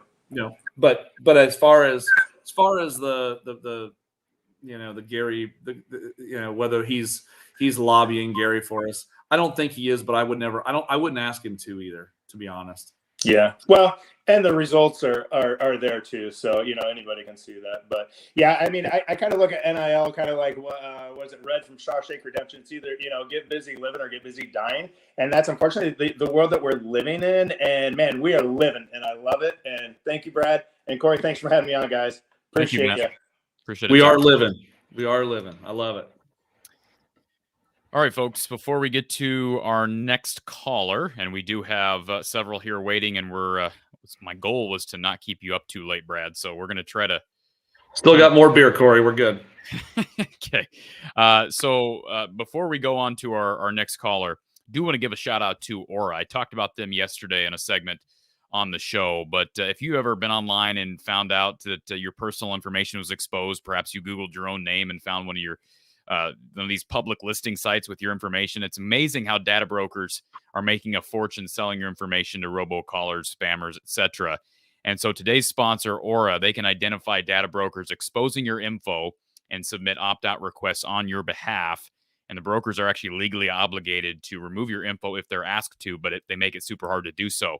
So let Aura handle it for you. Click the link in the description below. That's aura.com/Hawkeyes, aura.com/Hawkeyes for a free trial, folks. You'll try it out. You don't have to pay a dime up front.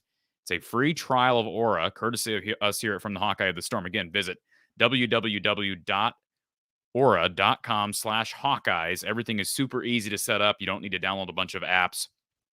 Again, try it free today. And then if you like it, it's available at a tremendously low rate. And folks, as you sign up, even just for free trials, it helps the business here from the Hawkeye of the Storm and our sponsors that continue to support the work being done here. At least sign up for the free trial. Give it a shot as a thank you to Aura and a thank you to the work being done here from the Hawkeye of the Storm.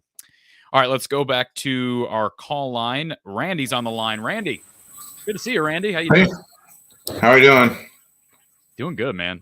You got you're in the man cave tonight. Yeah, got the scenery going on behind me. So Is that Abdul back there? yeah, that's Abdul. Love it. He's a great. So it's by the way, painted all the way around. He's a pretty good coach too. By the way, they really like him. Yeah, he seems to be a good guy. Yes. Congratulations on the big get. I guess one of the main questions I have is how this all works. Like, say Oklahoma sees Caleb Brown in the transfer portal. Are they able to just reach out to him, or do they have to be contacted? How can they just start tampering away or get into them before they've even entered the portal? Well, you're not supposed to contact them while they're on an active roster. Whenever the kid enters when he enters the transfer portal, then he's effectively a free agent at that point. So he can be contacted by any other school. And at that point, the school that he was at before he went into the portal, they don't have to, if he says, I don't want to go to these other places, they don't have to take him back at that point. You basically cut ties whenever you go in the transfer portal. And then you are free as a bird to talk to whoever school wants to talk to you. And in the portal, I think they give your contact information and whatnot. And so schools can look at that and go, oh, Caleb Brown's in the transfer portal. Here's how to contact him. Boom. They can just make calls. Now, what I know does happen, and I'm not saying it happened in this Caleb Brown situation. I have no knowledge of that, but I do know that some schools, in a roundabout way, find out about a kid potentially going into the portal. They don't necessarily ask him. They might ask his high school coach, who he's tight with, or he'll, there's ways of sort of finding out whether someone's thinking about leaving or not. But yeah, you can't tamper when a kid's on a roster, but once they hit the portal, fair game. Okay. Yeah, that's basically the main thing that I wanted to talk about and find out. You got it. When you're exactly able to contact, does the school say you spot a guy that you really like and you want to be on the Hawkeyes, but the coaching staff hasn't had anything to do with that guy? Can you still contact him, or do you have to wait till the coaching staff says something? With social media, I could probably contact anybody I wanted, right? I mean, you could too. I mean, you could reach out to Caleb Brown. You could have reached out to Caleb Brown last week if you wanted to, right?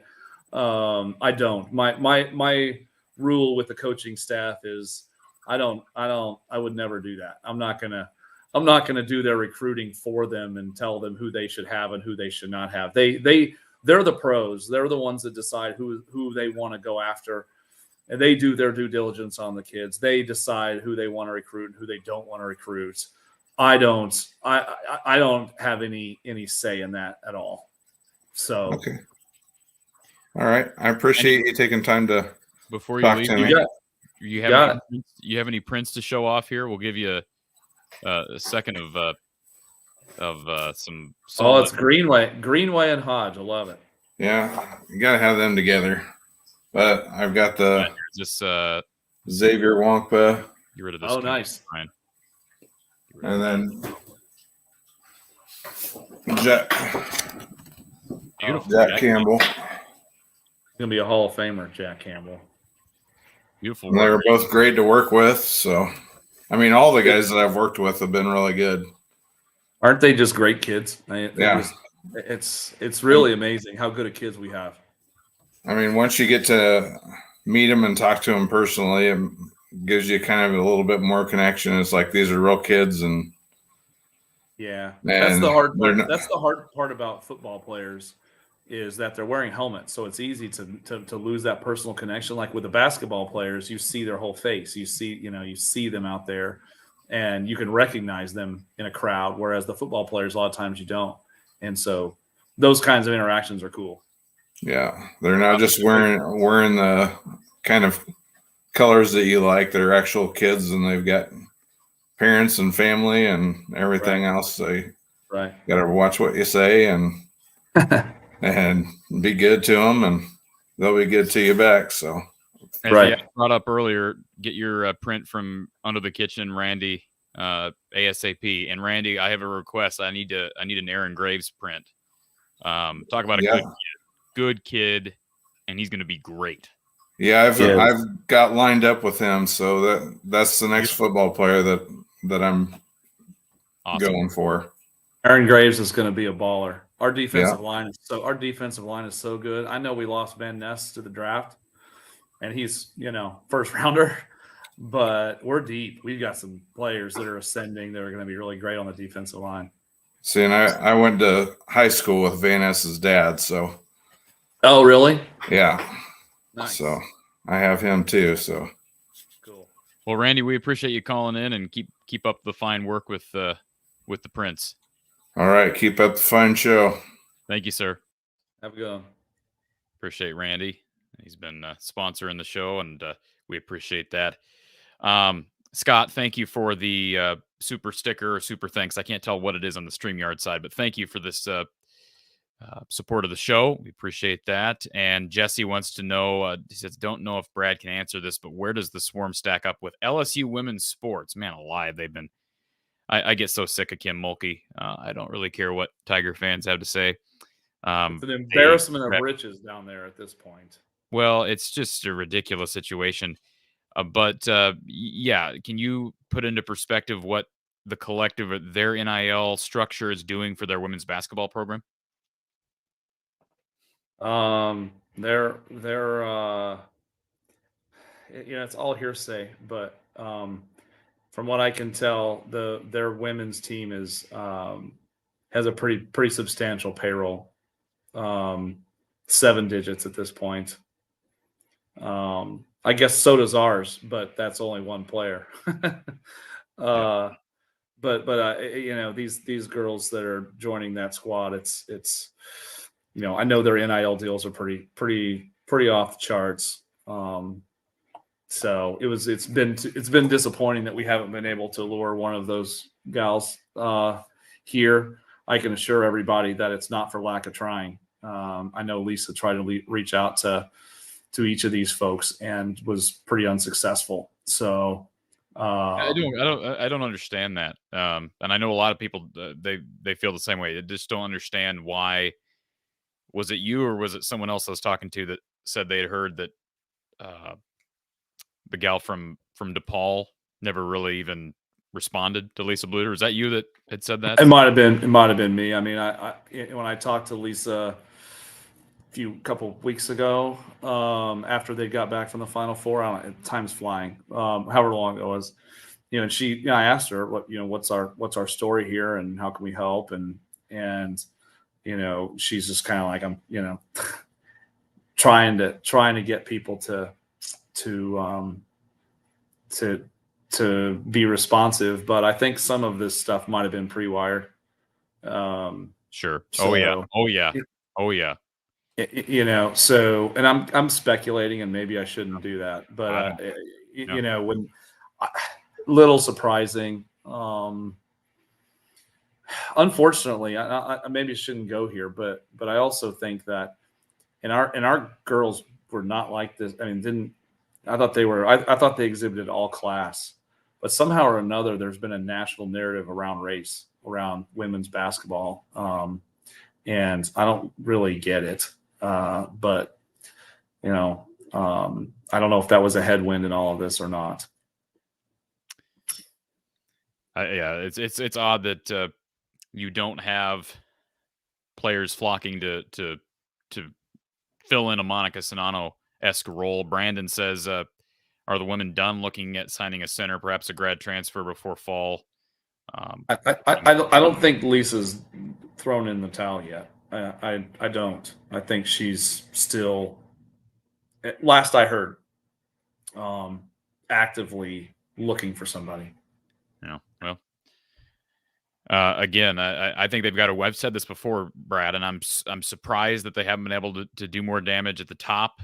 But they've got a window, I think, a potential window, not only with the collective but with Caitlin Clark, and what she brings, and the suave that she brings to the program, just everything about her and this program, and obviously going to the national title helps you immensely.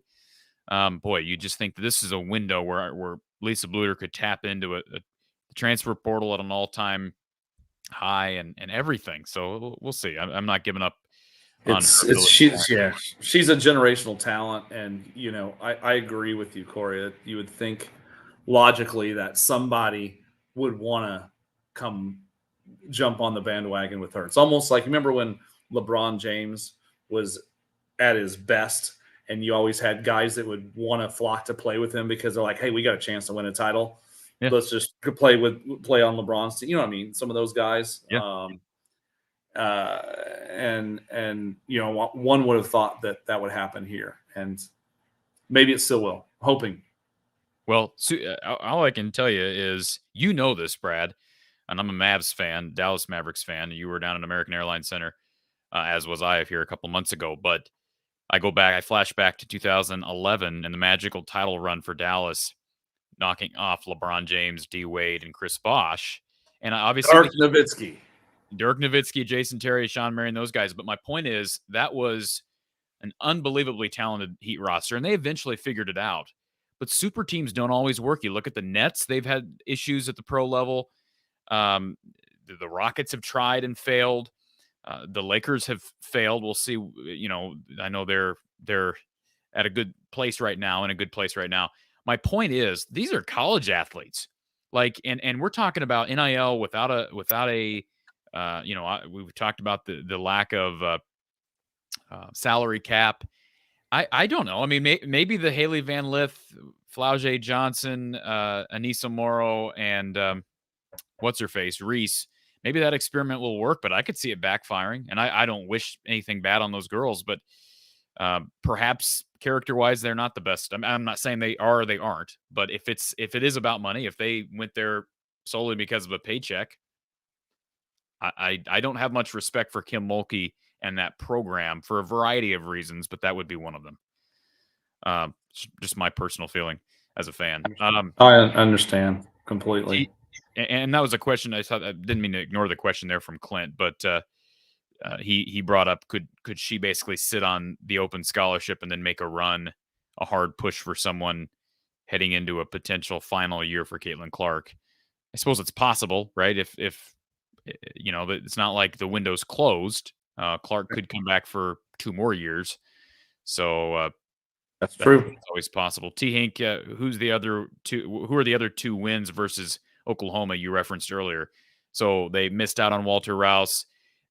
We got Nick Jackson and Caleb Brown. So, and Nick, remind me now, did Nick ever take a visit to Oklahoma? He did. But Caleb Brown, of course, did not make it down there. So thank goodness. Yeah. Brian wants to know what's the latest with AJ Henning. Anything, Brad? Well, yeah, I don't foresee him to be an option for Iowa football. There you go. So yeah, I don't see that one happening. So I think we are done at receiver. I could be wrong if something happens, but it seems as if with the addition of Caleb, we're going to sit there and we've got one where we're looking for a defensive back, whether that person starts or just provides depth. Not sure, obviously, and we'll see. But I think, another great corner, a good corner would be nice to have. And it would allow Phil Parker to potentially move Cooper DeJean around a little bit, maybe move him inside a little bit, cash, whatever. That I think that's an idea that they're toying with. So if we can find another defensive back in the portal, then I think we'll be done. I think we're down to one player at this point at most that we'll get. So, well, they don't have scholarships to just throw out there, right? I mean, there's potential. I mean, I know there's workarounds here, but right now they're full. So yeah, I think they're considering a potential workaround, to use your expression, to get one more guy on board, but I think that's probably the end of the line for the portal season. Which again, I mean, if you would have scripted this for me back in at Thanksgiving time, right after we lost to Nebraska, I would have jumped for joy because I won't say I didn't see it coming because I've got a lot of confidence in everybody's ability here, but I feel like this was a walk-off grand slam, kind of what's been accomplished in the off season here for Iowa football. Have you heard anything? I'm just curious. This is a random thought because I think back to the one big miss this portal season. If you're going to look at the glass half empty, would still be Isaac Tislaw. I mean, it'd be nice to have that kid here right now. Have you heard anything about him at spring down in Fayetteville or any? I have. And he could have been the best player on their field. I haven't paid attention to what's gone on there. It's really too bad because I think we were in on him first. I mean, Kirk went to the Hillsdale or Hinsdale or whatever that one of those small college in Michigan. He trekked up there, met him at a coffee shop, and I think we were the first person to show him any looks at all. And we thought this kid was sort of that diamond in the rough kid that we're going to get that's going to be great that nobody else even paid any attention to. And then suddenly, poof, his recruitment went crazy. So you talk about misses. We missed on him. We missed on Walter Rouse, the offensive tackle from Stanford. But I mean, you're not going to win them all. And if we would have gotten those two, well, then we wouldn't have Caleb Brown, likely, right? Yeah. And wouldn't probably have Rusty Feth or Dejon Parker. So, I think, sometimes it works out the way you want, and it works out for the best. And that's what I think the coaching staff is over the moon excited about the off-season additions.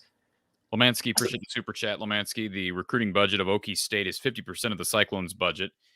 Let's support the Hawks. The separation of winners and losers is real. Source, Sirius XM Radio. Thank you, Lemansky. Appreciate the super chat. And T. Hink wants to know, are they going after any other candidates in the portal that we're aware of? They've got a kid from Rhode Island. He's still scheduled to come in, the grad transfer DB. And he's a nice laundry list of offers, Brad. So you never know. Yeah, you never know. I mean, it's a very competitive. It's going to be a competitive recruitment. I know that Phil Parker's excited about him, and Tyler and Kirk are as well. And he would be joining a Studley defense, right? And while that's seductive, it's also somewhat of a hindrance, right? On one hand, when you're looking, when you're wide receiver, you're kind of going, "Wow, I can go there and play a lot and be the man." You're on the defensive side. You come here and you go, "Where am I going to fit into this?" They've got a bunch of good players, but good players aren't scared off by good players. So, in general, so we're hopeful. But if we don't get them, I think there's another guy or two that they're interested in. So I still am confident that we're going to get a defensive back before all the dust settles, but we'll see. Erica, thank you for the super chat. Does Brad have any intel on Drew Miller? Any chance we offer him anything? Well, the first thing to offer him would be a scholarship, Erica. They haven't offered him a scholarship yet. I think he from what I have been told, he wants to be a Hawkeye, but he hasn't been offered a scholarship. He's got offers from Iowa State. He's got offers from didn't Michigan offer him not that long ago? He's got some big offers. I mean, I feel like Alabama and Georgia and some of those the big boys have offered him. Texas. Although I think Texas, I mean, now granted, if I'm a punter, I don't think I want to go to Georgia or Alabama. I'm never going to play. Fair point. Yeah. But yeah, this one just again that maybe goes back to another caller that asked about me contacting. If you asked me, I'd offer this kid. You know, I mean, this kid's one of the best, if not the best punter in his class in the country. But I'm not the coach, and I'm not the one evaluating him. I'm not the one deciding. So the fan in me says, Erica, why don't we offer this kid? But you know, as the head of the swarm, I keep my mouth shut and just see what happens, and listen to the chatter. But yeah, I'm a little. I'll be honest. I'm surprised that we haven't offered him, and I still think we probably will, but we'll see. It's not often that Iowa offers punters out of high school, or kickers for that matter. I mean, Drew Stevens has a chance to be one of the best kickers to ever play here. He's got an opportunity to be in that. I think the last time Iowa offered a punter at a high school didn't work out real well. I'm not saying that that's Iowa being gun shy, but who was that? Was that Mossbrucker? I can't even remember. No. I wasn't going to say his name, but I guess for the sake of this show, it was Ryan Gersandi, wasn't it? Oh, was that okay? I just didn't remember who that was. Last I knew, Ryan Gersandi was on scholarship for 4 years here as a holder. Never really saw the field. So I do think there's maybe a reluctance from Iowa to be throwing scholarship offers at special teamers. You know what's interesting about punter, and I didn't know this until getting involved in the swarm. There are like an obscene number. The number's like 50 or 60 punters from the country of Australia on Division I rosters. It's like there's like a punter tree in Melbourne, Australia or something, that if you want a punter, you just go pluck one from that tree in Australia and you're set. I mean, you think about it. Haven't our last 2 punters been from Australia? Am I right? Well, the kid from Arizona State that transferred, wasn't he in Australia? Yeah, absolutely. You know, so you know it's. Oh, it's you know, as James is saying right now, we have an Aussie connection that might have something to say, you know, something to do with, you know, with what you know, Erica was asking about. You know, maybe there's just, hey, we feel comfortable with another Australian punter for all I know. Yeah. But I agree with you, Erica. I'm surprised that we have not offered him.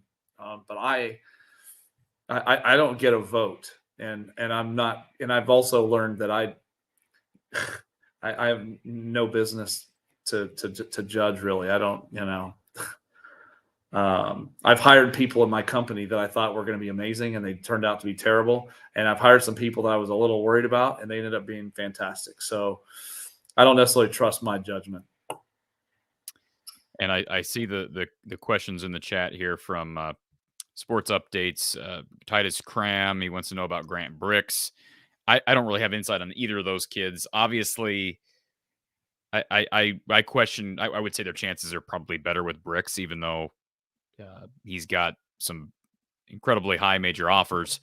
Iowa could land Cram, I suppose. I don't really know. Again, I'm not the guy to ask on those 2 guys. Obviously, 2 really good in-state talents. Bricks would be a nice one to land, simply if you're just looking at the fact that they just lost a generational offensive tackle in this last class at the last given second. And Bricks is kind of the guy that, I don't want to say he's been overshadowed by people like Caden Proctor, but he is a national recruit.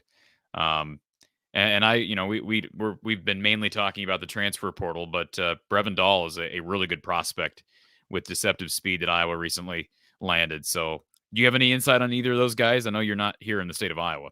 No, I'm not. I've not seen any of them. I will say that, here's what I'll say. You know, Tyler Barnes, the director of recruiting at Iowa, is super fired up about our high school recruiting. He said to me yesterday, he says, we're, you know, after we got an extra, we've got a commit that's going to probably announce on Monday. And after that happens, he says, we're going to be the number 13 class in the country at that point. And there's another kid that in the next class that's a super big kid. I think his name is Brooks, Nicholas Brooks, I think maybe his name. He's like 6'8" and 360 or some obscene thing, and he's like 16, or I don't know. It's some like a Andre the Giant kind of guy, and we feel real good about our chances with him. Granted, his recruitment is probably gonna continue on, and like a Proctor, everybody wants him, and we think we have the inside track, but we'll see. So all sorts of, and he actually lives, I think, in Georgia, and he's moving back to Iowa, and he's going to go to Cedar Rapids, Kennedy, or someplace like that. So here a couple weeks ago. the stars are aligning there that we may end up getting a stud offensive lineman there with this kid. So I don't follow our high school recruiting as much as I do the portal stuff, but we're killing it in high school recruiting too right now. So it's just awesome. Let me just say this, Brad. You brought up earlier the offensive line and how much depth they could potentially have. Let me be devil's advocate for a second there. There aren't excuses. Like if this line doesn't take a significant step forward this fall, that is in my humble opinion, that is a big red flag and an indictment on the coaching staff, George Barnett, Brian Ferentz, and Kirk, because this line is no longer young. I know they were dealing with injuries this past spring, but a lot of guys played in the open spring practice that I was able to be at. There were still a lot of guys out there. Yes, they brought in a couple guys who were from different levels of football, one from D2, one from Group of 5 football. But I'm just saying there is some pressure as well. I think there's potential there, and I'm with you with Dunker and Colby and Feth and Parker and these guys. But they got to. It's now or never, I think, up front. There's definitely some expectations there that need to be met. I think somebody like Cade McNamara, just him, he's raising the bar in the entire facility, and he's such a leader. He demands that these kids are gonna block for him. And I'm not saying Petrus didn't, but I don't think these kids were physically ready at that time or just ready to play. Like they were a year away, and with maybe being 10 deep or so, or 9 deep on offensive line, I think that competition is going to bring everybody up. And I really feel that, and then even talking to Kirk, he's pretty coy, as you guys know, but I get the impression that he thinks our offensive line is going to be fine.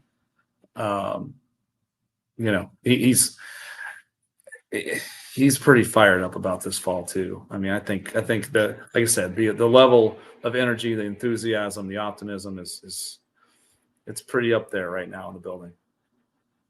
Good to hear. Ryan is with us. Ryan, thank you for calling in, sir.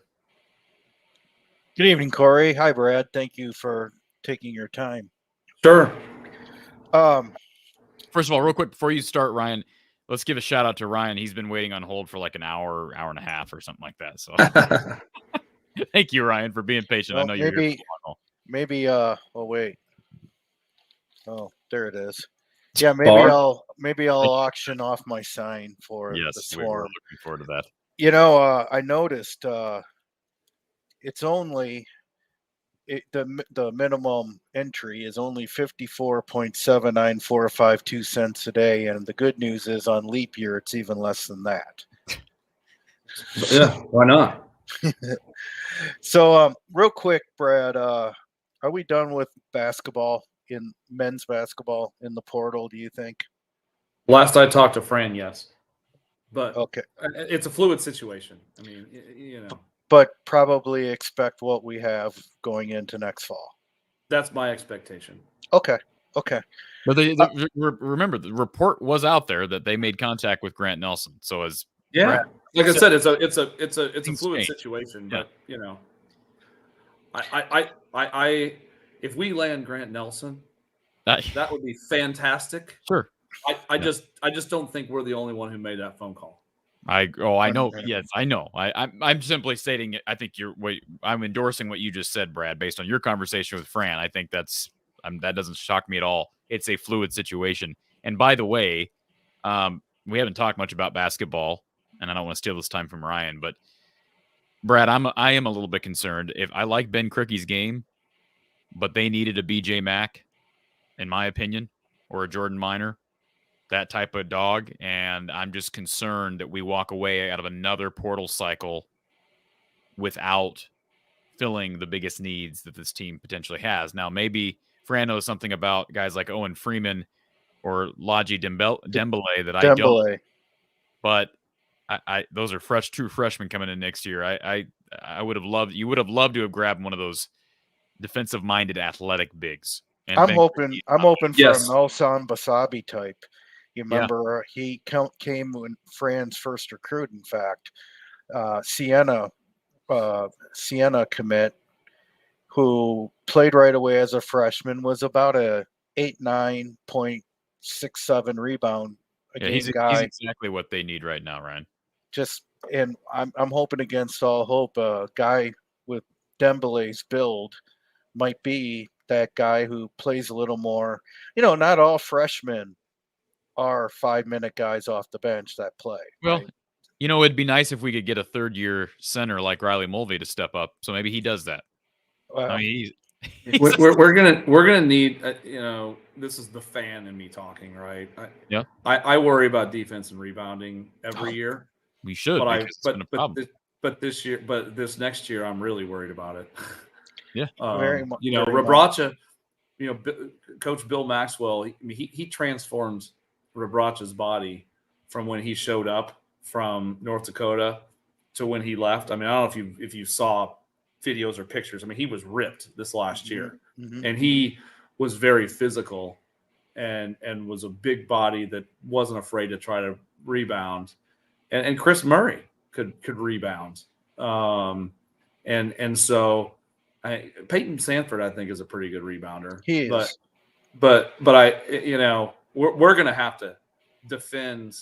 These guys are all going to have to take a step forward defensively, if not 2 steps, and everybody's going to have to rebound. And I'm just worried that from a personnel standpoint, that's going to be a struggle for us. But that's kind of the way it is every year, right? So I'm really hoping that Tony becomes that alpha dog day in and day out, the way he was at Indiana, Illinois. Some of those games. I mean, he was either the difference maker or not. Real quick, I hope so too. As far as bigs are concerned, Cricky sounds like a below average rebounder for his position, and Patrick McCaffrey is absolutely, love Pat, but he's a below average rebounder as well. So those are fair concerns. I'm a little bit. Let me just say this, Brad. My one thought from the outside, and I'm not having conversations with Fran on a weekly basis. Well, maybe you're not having it on a weekly basis, but you have obviously this contact. My one thought based on what I know and based on contact and offers and sweepstakes with all these guys, I'm a little bit surprised he hasn't been a little bit more active in the portal. Like, I know that they've pursued guys. I get that. I'm not saying they haven't, but I almost think, based on what we're talking about, if I was Fran, I'd be probably putting that bait in front of a few more fish. That's all I'm saying. I know there's limited options and not everybody is a fit, but that would be my one takeaway so far, that I'm a little bit surprised they haven't made a bigger push. So maybe they are, and I'm just not hearing about it. But are you thinking like at guard, or are you thinking? I'm thinking about it. I'm thinking mainly at the 5. And frankly, could they use a guard? Sure, but I have more confidence in a. This is crazy for me to say this because I don't know physically if he's ready for Big Ten basketball. I have more confidence in a true freshman point guard like Brock Harding coming in and giving them scoring and 3-point shooting off the bench immediately than I do a guy like Laji Dembele becoming a regular Melson Basabi type. But Mel's special from a freshman standpoint, Ryan. You don't get many freshman bigs, and he was kind of a 4, but not many freshman bigs that play as well as he did his true freshman year. So I just have more. I think if Price Sanford can come in and just make it rain from anywhere. So I'm more concerned about the front court, and like you said, physicality. Cricky can score with the best of them, but based on what I've seen, below average rebounder, not great, and not a great athlete. I just I don't know. I mean, I'm surprised they haven't made a harder push for. And I know they've made a push. I'm not denying that. And Mac made a visit.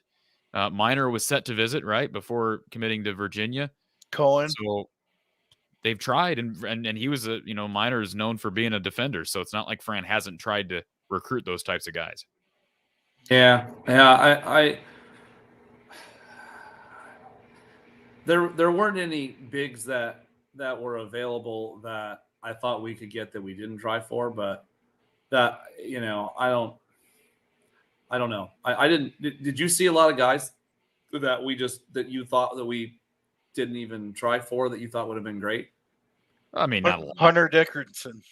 Yeah, I mean, like guys like that. Honestly, frankly, first of all, my guess is he wants two commas. He wants two commas. My guess is that he never had there was never a chance he's going to come here.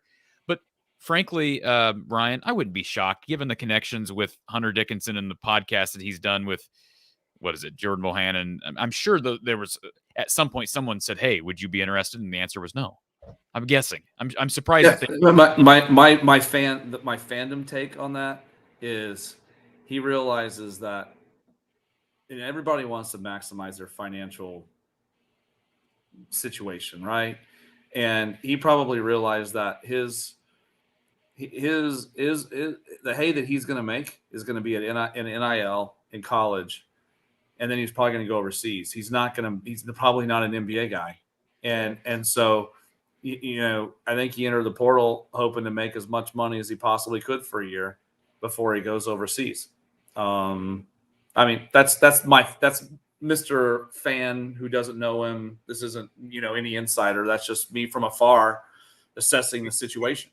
I think the guys, Brad, and I'm not going to spit out a bunch of names. The guys that I'm thinking of that were out there, I'm looking at it because I'm not researching every guy that enters the portal, but I'm talking about guys who are high production guys, high point rebounder guys who are 6'10" and bigger. And there have been a lot of them from Division I schools that have entered the portal and been pursued by other Division I programs. And I'm just thinking, you're telling me that there's not any of those kids that would help defensive rebounding wise, even if they're giving you 5 to 10 minutes a game. That's what I'm talking about. I'm not talking about a Hunter Dickinson level type kid, but just somebody who can help you on the glass and somebody who can bang down low. Because I just wonder, especially without Rebraca, they struggled with Rebraca, and look what he gave you physically.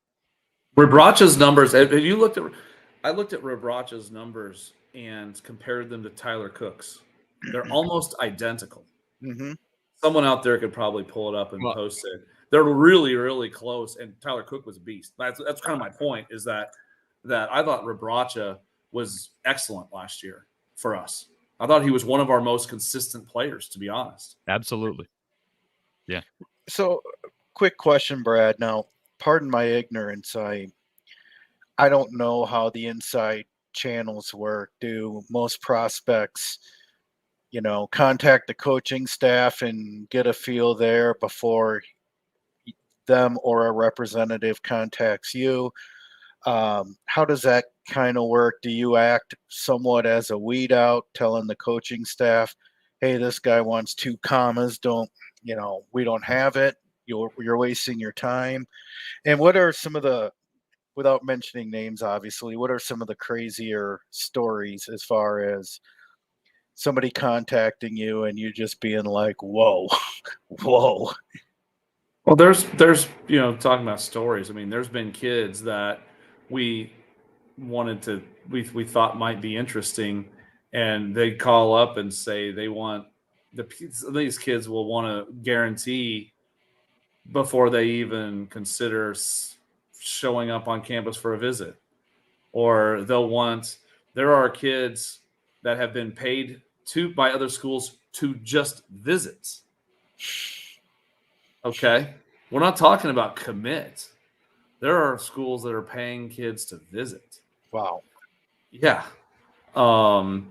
So it's free market to some level, right? But in terms of the way it works, I mean, I'm not weeding anybody out. I'm not doing, I serve at the, to try to help these programs on the NIL front, and the coaches decide who to recruit, and the coaches reach out to the kids. I don't think the kids generally reach out to the coaches. It's the coaches decide they want to recruit a kid. They reach out to the kid to see if he's interested. And so, there are some kids that NIL isn't even something they care about. There's some of those kids, and that doesn't even come up. And if it doesn't come up, I never get involved. But there are other kids, and a lot of them in the portal, where NIL is a big deal to them, and they want to understand more about it, and they want to know what opportunities might be there for them if they were to come to Iowa. And I'm the person that can answer some of those questions and tell them about our structure and whatnot. Mm-hmm. So they usually contact me. We're the only NIL program in Iowa, at least at this point. I don't know if that Players Club still even exists. Yeah, I don't know. I actually, you kind of brought it up, and I thought about it. What's wrong with, okay, I'm gonna fill out season ticket application and just a checkbox. I agree to let Swarm contact me and release my info to them, or I do not consent. And then if you consent, you can go. Or better yet, I agree to give them $100 per ticket or per seat or something like that to try to raise money for the Swarm. I don't really need to. I don't want to bother people. I really don't want to bother people. But I'd love to. The fans that might be interested in helping us, I want to be able to connect with them somehow. And if they're already going to be contacted to get season tickets, I would love to be able to piggyback on that connection and get money for the Swarm, for the NIL collective. And what I want everybody to understand out there is, there's nothing for this personal for me. This isn't I get no financial gain in this whatsoever. I'm spending lots of time, and I'm not making a dime off this. This is just because I want the Hawks to be successful. So when I'm pushing for these things, I'm pushing for it for the Hawks. It's not for Brad. You know what I mean? This is to try to help us be successful, win games, help the community in the process. That's what it's about. Sounds like a lot of time for no financial benefit. It is. Real quick, 2 quick hits. You guys came an awful long way in a year. I think one of my favorites is Nick Jackson, and if you could talk just a little bit about him and how important he is. And then finally, I read that Brown is the top receiver in Iowa history, recruiting ranking wise.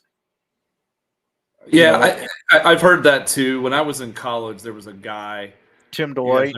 No. Because he was a running back. Yeah, there was a kid that came in at about the same time as me. Willie Guy. I think he was from Memphis, and there were some publications that said he was the number 1 overall wide recruit in the country, regardless of position. Right, that's right. I think that's when, like, recruiting was way less exact than it is today, and it's not exact today either. But yeah, he is a highly recruited kid. Lots of physical tools. Nick Jackson, this guy, 3-time, I think he's a 3-time All ACC linebacker. 100 tackles a year. This guy's a tackling machine. He's a great kid. He wants to play in the league. He's probably going to be an NFL player. He's a leader. He was a captain for Virginia. He's not Jack Campbell, but nobody's Jack Campbell, right? But he's going to step in, and Kirk actually thinks that he's going to be like the Cade McNamara of the defense. He thinks he's a leader he's going to become a captain, probably, maybe, we'll see. But I think he thinks that he's captain. He's got captain material to him, and it would not surprise me if he leads the team in tackles. Jay Higgins has taken off, and he's doing great. But I expect Nick Jackson to be a big part of our defense next year, and comes from a good family. His dad's hysterical, but I think he's a really good kid. He just to give you an idea, I mean, I think might be a finance major of some sort. Literally very studious. I mean, Virginia's a pretty good school, right? And he didn't want to come this spring because of all his studies. He he wanted to graduate from Virginia and he wanted to focus on his coursework. This is a kid who's probably going to play in the NFL, but it shows you that his priorities are not just football. He's pretty studious kid, and he's got 1 year to play. But I think he's going to be. He's a perfect fit for us. Yeah, he's gonna plug the gap, and a guy like Shar, that's would probably been playing a little too soon, but he's going to be a good one too. So you think he's the third linebacker? Shar? I think him and Fisher. Okay. If I'm not the coach. I'm just watching. I understand. This is the fan in me talking. So. Well, that was the one question I kind of had, was that linebacker, that third linebacker, who that might be. That's who I would bet on. I think Cash is going to be Castro. You got Wampa back there, right? Schulte, Harris, and of course Cooper. And then you got an embarrassment of riches up front. I mean, we're gonna be good. I mean, and it's hard to believe, isn't it, that the 13th overall pick technically was behind an undrafted free agent, but I mean, that we were just so deep so long at D line, and we're still going to be very deep, especially with Noah and Joe Evans coming back. So the way that we handle our defensive line is different than I'm not a coach, so as a fan, I scratch my head. I mean, didn't Epinesa, like his junior year, not even start, and he kind of came in like on third down? His first 2 years, he played behind Parker Hesse at defensive end, and Parker Hesse made the NFL as a backup tight end.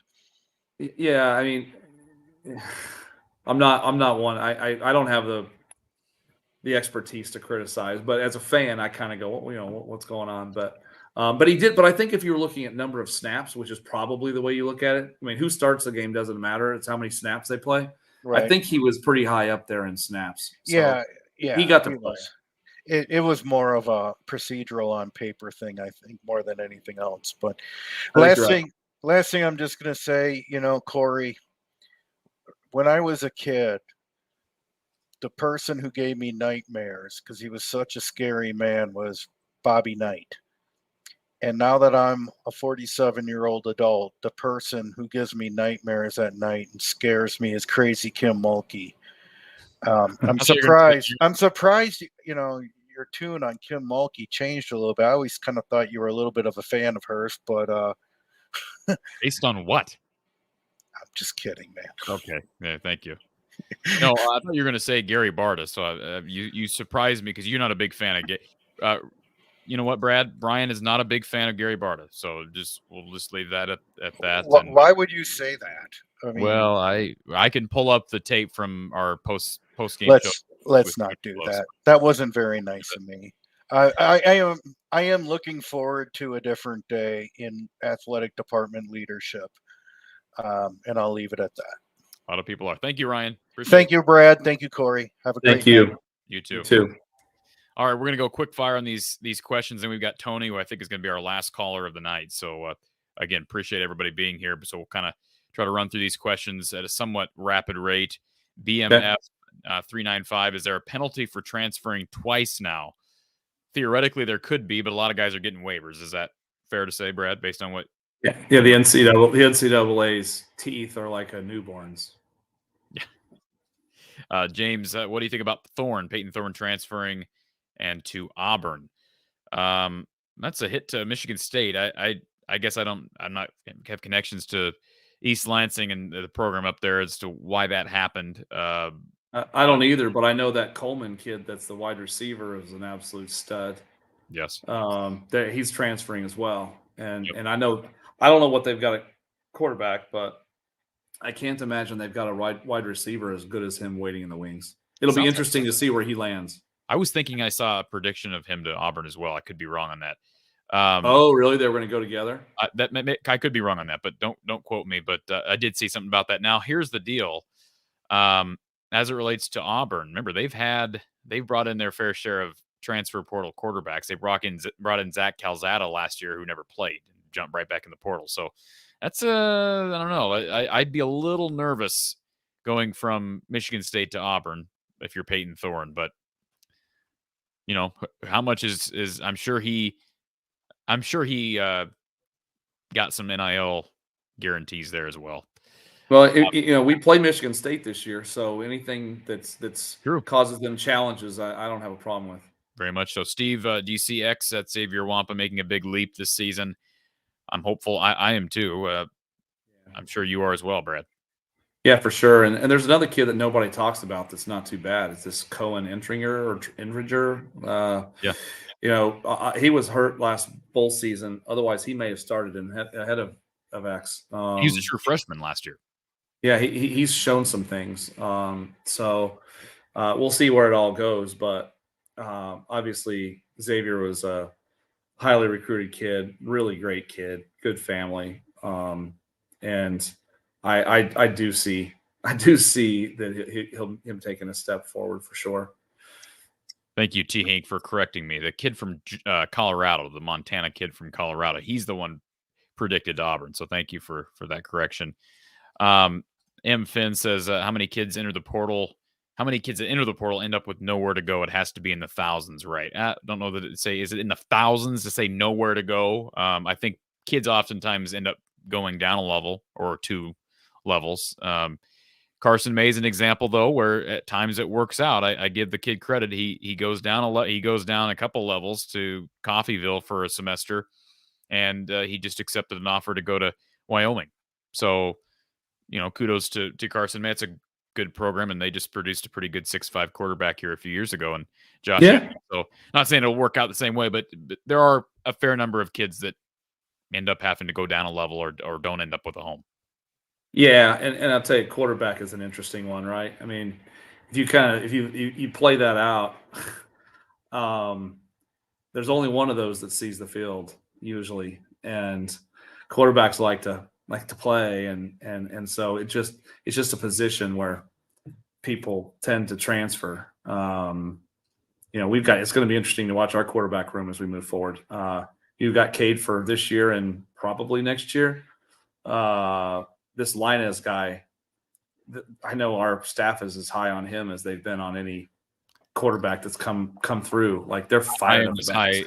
I am as high on him as any quarterback, and it's not even close. Given his ability to create plays on the ground with his feet, and with the arm talent he's got, he's a great. I mean, I'm assuming maybe he's a great kid. We've had him on the show a couple. Very well spoken.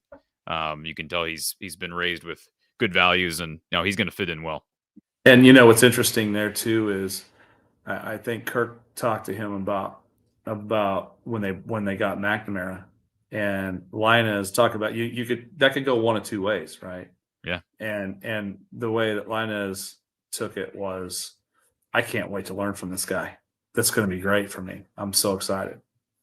And let's be honest, how cool is that? Marco has an opportunity with the turnover in this room. I know Joey Labus is still part of the active roster. Right. But Marco Linez has a chance with the departures of Carson May and Alex Padilla. He's got a chance to play early in his career. He comes for 2 years, but even if he's here for 2 years and Marco takes over, like Marco could take over as a redshirt sophomore. Yes. So, I think that's smart on his part. Clint says, question for Brad, are there any Iowa athletes who decided not to join the Swarm? Yes, there are very few. One of them is the most highly compensated student athlete on campus. Why did she? I'm not gonna name names, but I'm pretty sure you can guess. So I'm just curious though, but why would she not want to also do this? I'm just curious. Is it because of a time element? Because of the time involved in the Swarm? Would that be the explanation? Why not accept the extra funds, the extra money? That's a question for her. I don't know the answer to that. Okay. Yeah, I don't. I was hopeful that she would. I think you can speculate. It could be time. I'm giving her the benefit of the doubt, and she's a good gal by all all indications. So, Yeah, I mean, she's in a different stratosphere from the standpoint of she's got big corporations vying for her time, and the money that she would be making on the Swarm is minuscule relative to the other stuff. So it may be just I don't want to dilute the brand. I don't know. You can speculate, but I don't hold it against her. I get it. She's a student athlete and she's got other stuff to do. Tahink, question for you, Corey. How would you grade this portal off season?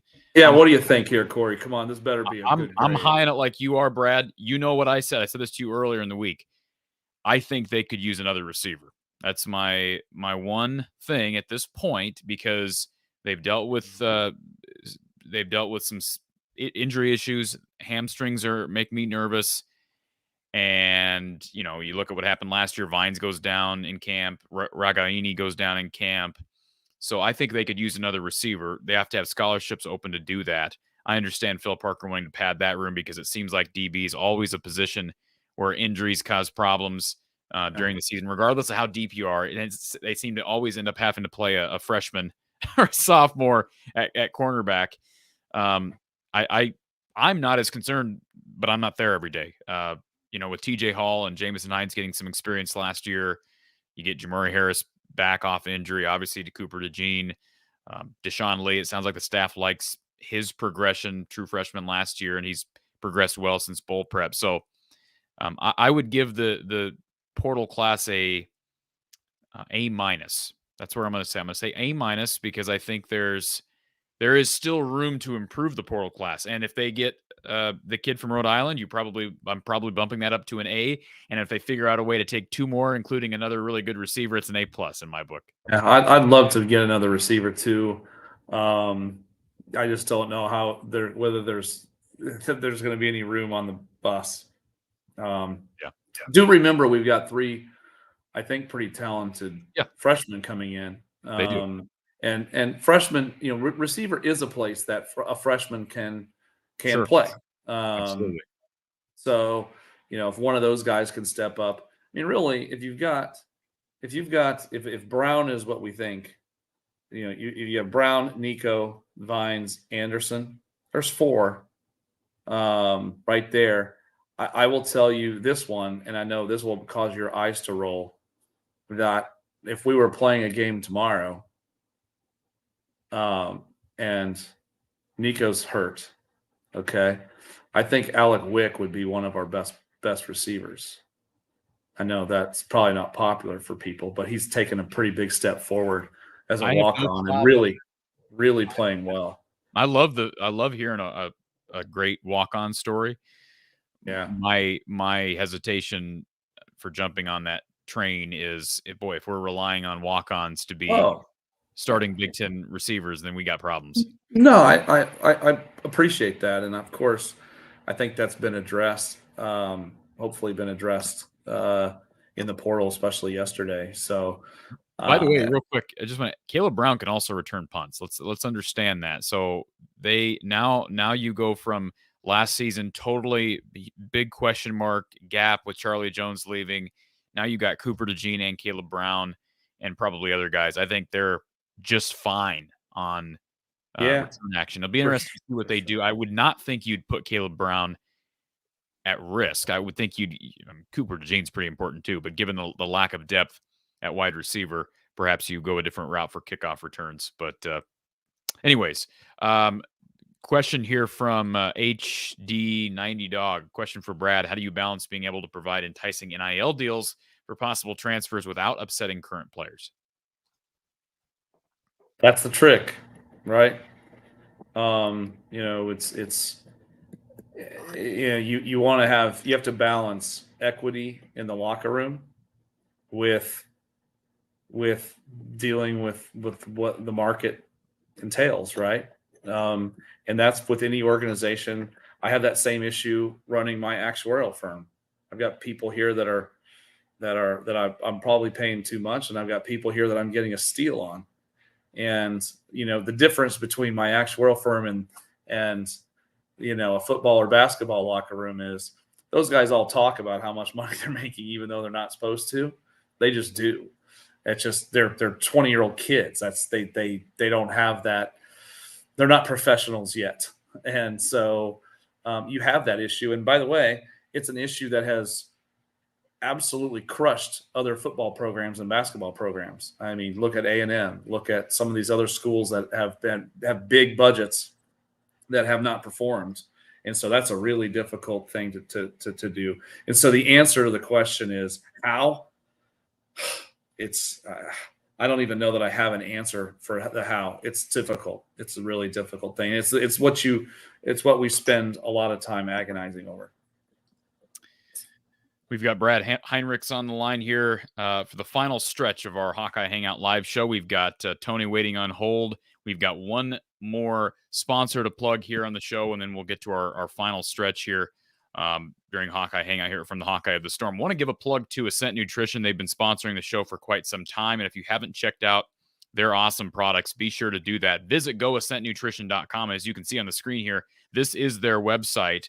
And how about their new mushroom products, folks? Their lion's mane mushroom, their agarikon mushroom. Their agarikon mushroom is very interesting because the military and government's research into this specific mushroom has shown its rare compounds to be extremely strong and positive for your biological activity through traditional use, as well as the science of today. Agarikon is used to support respiratory and lung health, as well as your immune system, neurological health, and your inflammatory response, which is important for just your everyday health.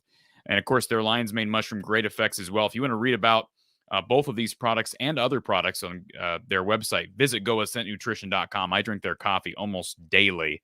It's great stuff. You can see it there in the middle, folks. Get a bag today. Check out their products. Visit goascentnutrition.com. And as I've talked about before, you can use the code Hawkeyes for 15% off your order. Again, that's the code Hawkeyes for 15% off your order, courtesy of Lance Shuttler, Iowa graduate, and Ascent Nutrition. All right, let's get to our final caller of the day, Tony. Welcome in, Tony. How are you? Good. Can you hear me fine, Court?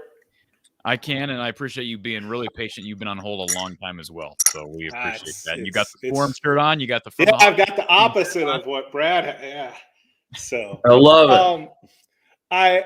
Corey, you never cease to amaze me because the last show you got my when you watched the football game, the spring football game, you took my question and you answered it before I even asked it. Okay. I was going to promote Ascent Nutrition before you even put the ad on. I bought their saffron and there's a cinnamon thing too that I'm a type 2 diabetic, and their cinnamon has helped regulate my blood sugars, and their saffron has really helped with my mood. And my wife takes both those mushrooms. So I was going to say, wow. I highly recommend another company you support, just like the Smokehouse and I forget great what stuff, else it man. was there. We've got great companies, great people supporting this show. I'm glad you said that, Tony. It's always good to hear those success stories. Hey, Brad, I see the marketplace is coming soon. Is the yellow shirt going to be available for purchase for Swarm members, or is that is that exclusive to just you, or no, this is not. Yeah, I'm not. It just means you can't tackle me, kind of like a quarterback. Okay. I'm wearing the yellow shirt. Yeah, you can't tackle me. Now the yellow ones are going to be available, and my thought is that once someone renews their annual subscription, we'll send them a yellow shirt. They've already got a black one. I think that'd be kind of cool. So they have a yellow one and a black one. So yeah, they'll be more available soon. Hey, and then also I saw like Tuesday you mentioned about the beer. Yes. How much can you share about that? I guess number one, will it be available to those of us who live in metro areas on the outer fringe of Iowa? Like I live in Sioux Falls. Oh yeah, for sure. Okay. For sure. Yeah. Well, I can't. I'm waiting to divulge probably the brewery or whatever. Yeah, I can't do that yet, but I will tell you that. Here's what I'll tell you. I'll tell you we're going to get 20% of the gross proceeds of the beer, and it's going to have our logo on it, and it's going to be an easy drinking beer that everybody's going to want to have, and I'm hopeful that it's a huge hit across Iowa, and the major distributors are all excited about it. So it's going to be coming. When will it show up? I think it'll be here probably in late July. Okay. So, and that was my next question. Like, what type of beer was it? Was like an easy drinking or easy drink. It's a craft version of a Coors Light. I mean, yeah. I want people to want to drink a lot of it. Yeah, that's what I was gonna go with. Is you want someone to drink bulk of it instead of just drinking a couple. Yeah, it's not gonna be a Guinness. Yeah. Hey, how was your trip to Vegas? I remember last time I talked to you, you said you went out to Vegas for March Madness. How did that go? Let's just say I went out there saying I'm gonna bet on every underdog and just see how everything turns out.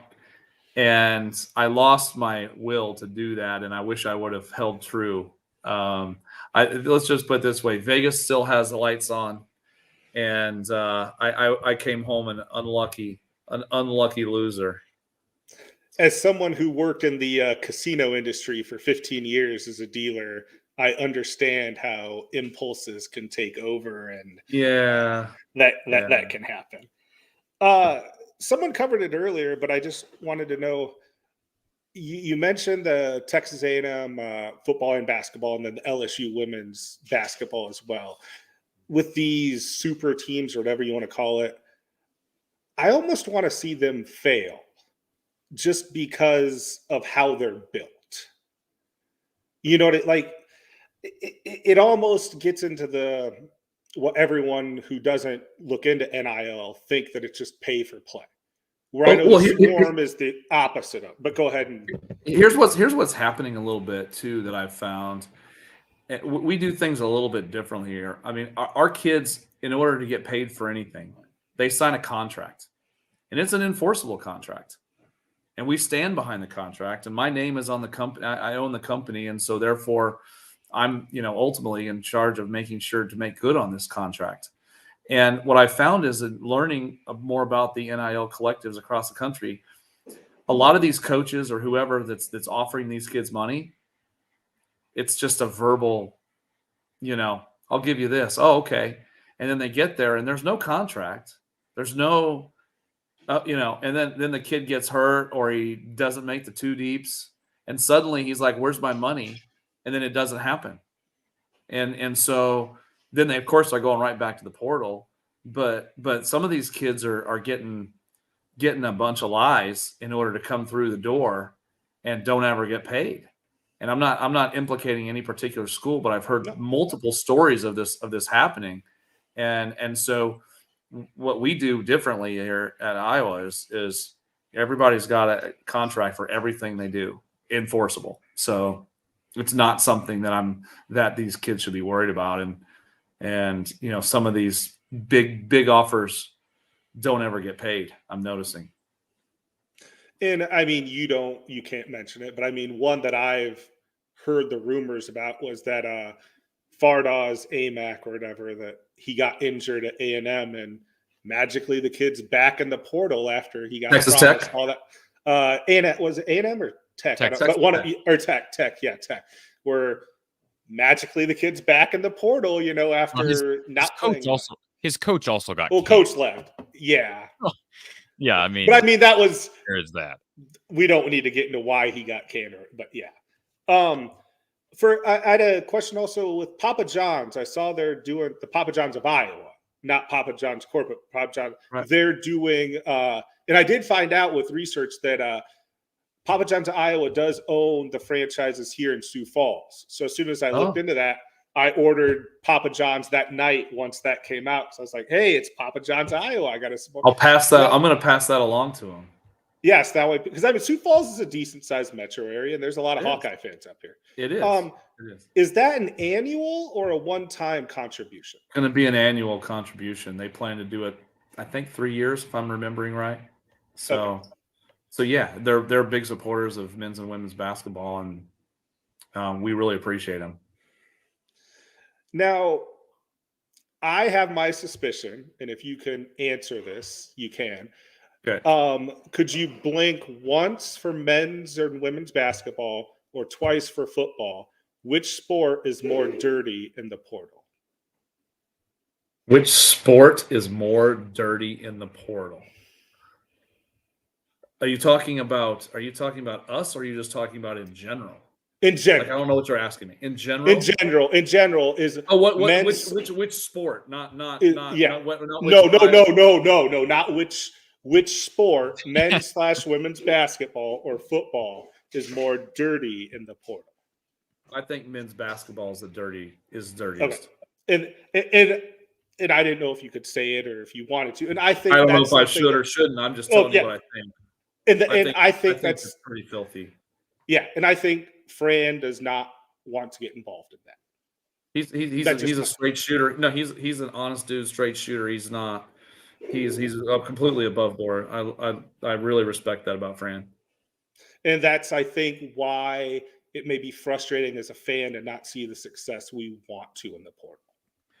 Yeah, and I also think that from an NIL perspective, we are currently unable to deliver Yeah. the results that some of the other schools who don't have football are able to deliver, or don't have a good football team that really has NIL support.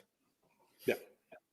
And I do appreciate, like Doug said, I'm a $20 supporter, and I appreciate that you appreciate all of us. You know that. There's all of no our doubt. monies- Yeah, and it's No doubt. it's just sad that, like you said, it's what 19, like just shy of 2,000 or whatever, that we Yeah, can't man, get. 1850.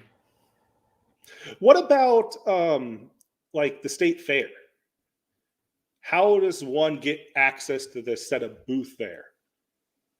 Like at the very, okay, I don't know. I'm just asking. Like the very I'm industry sure. building, Yeah, I'm sure you can pay to get that. Just like we have to pay to advertise in Kinnick which is sad. or Carver.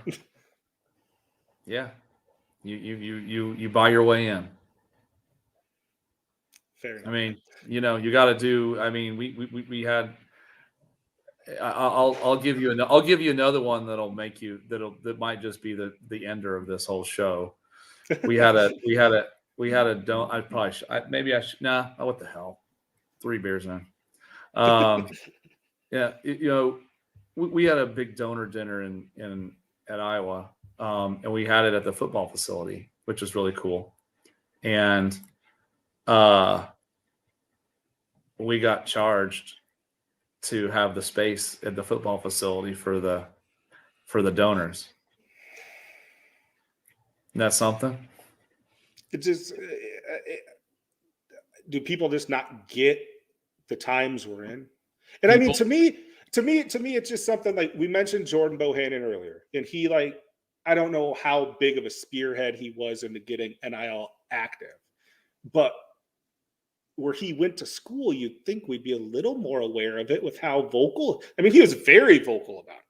He was a pioneer, I would argue, in this, in this subject. But Tony, you're talking about Gary Barta and self-awareness in the same sentence, and you just can't do that. Those two topics, that they just don't interrelate. So hate to shut you down there, Tony, but no, it's fine. And I was drinking a different green beer than he was in honor of Dos Equis. Stella. Yeah, I had Dos Equis. Yeah, nice. So Well, hopefully it'll be Swarm beer next time. Well, I'm a free agent in the beer market, so now I'm looking for something. So you're looking for an NIL deal? Got it. Yeah. Well, I don't need that. Just something good that I can buy. I don't need you to pay me. I'll pay to have it and then drink it. So that's fine. And I'm looking for, I was telling my wife before I got in here that you were mentioning about Tuesday, and I'm looking forward to see what a brewery you partner with. If I can't get it, I know I have a sister-in-law who lives in Altoona who would gladly. We're going to make sure you get it. Yeah. Even if I have to drive down to Sioux City, that's fine. We'll make sure it gets to where you're at. Sounds good. Tony? Hey, thanks. Sir. Appreciate it, guys. Thank you. All right.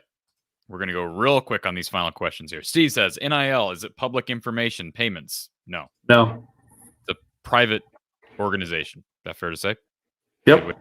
Private. DC Hawkeye, Brad, the NIL collective bylaws say the coaches and school staff cannot donate directly to a collective. Can they donate indirectly?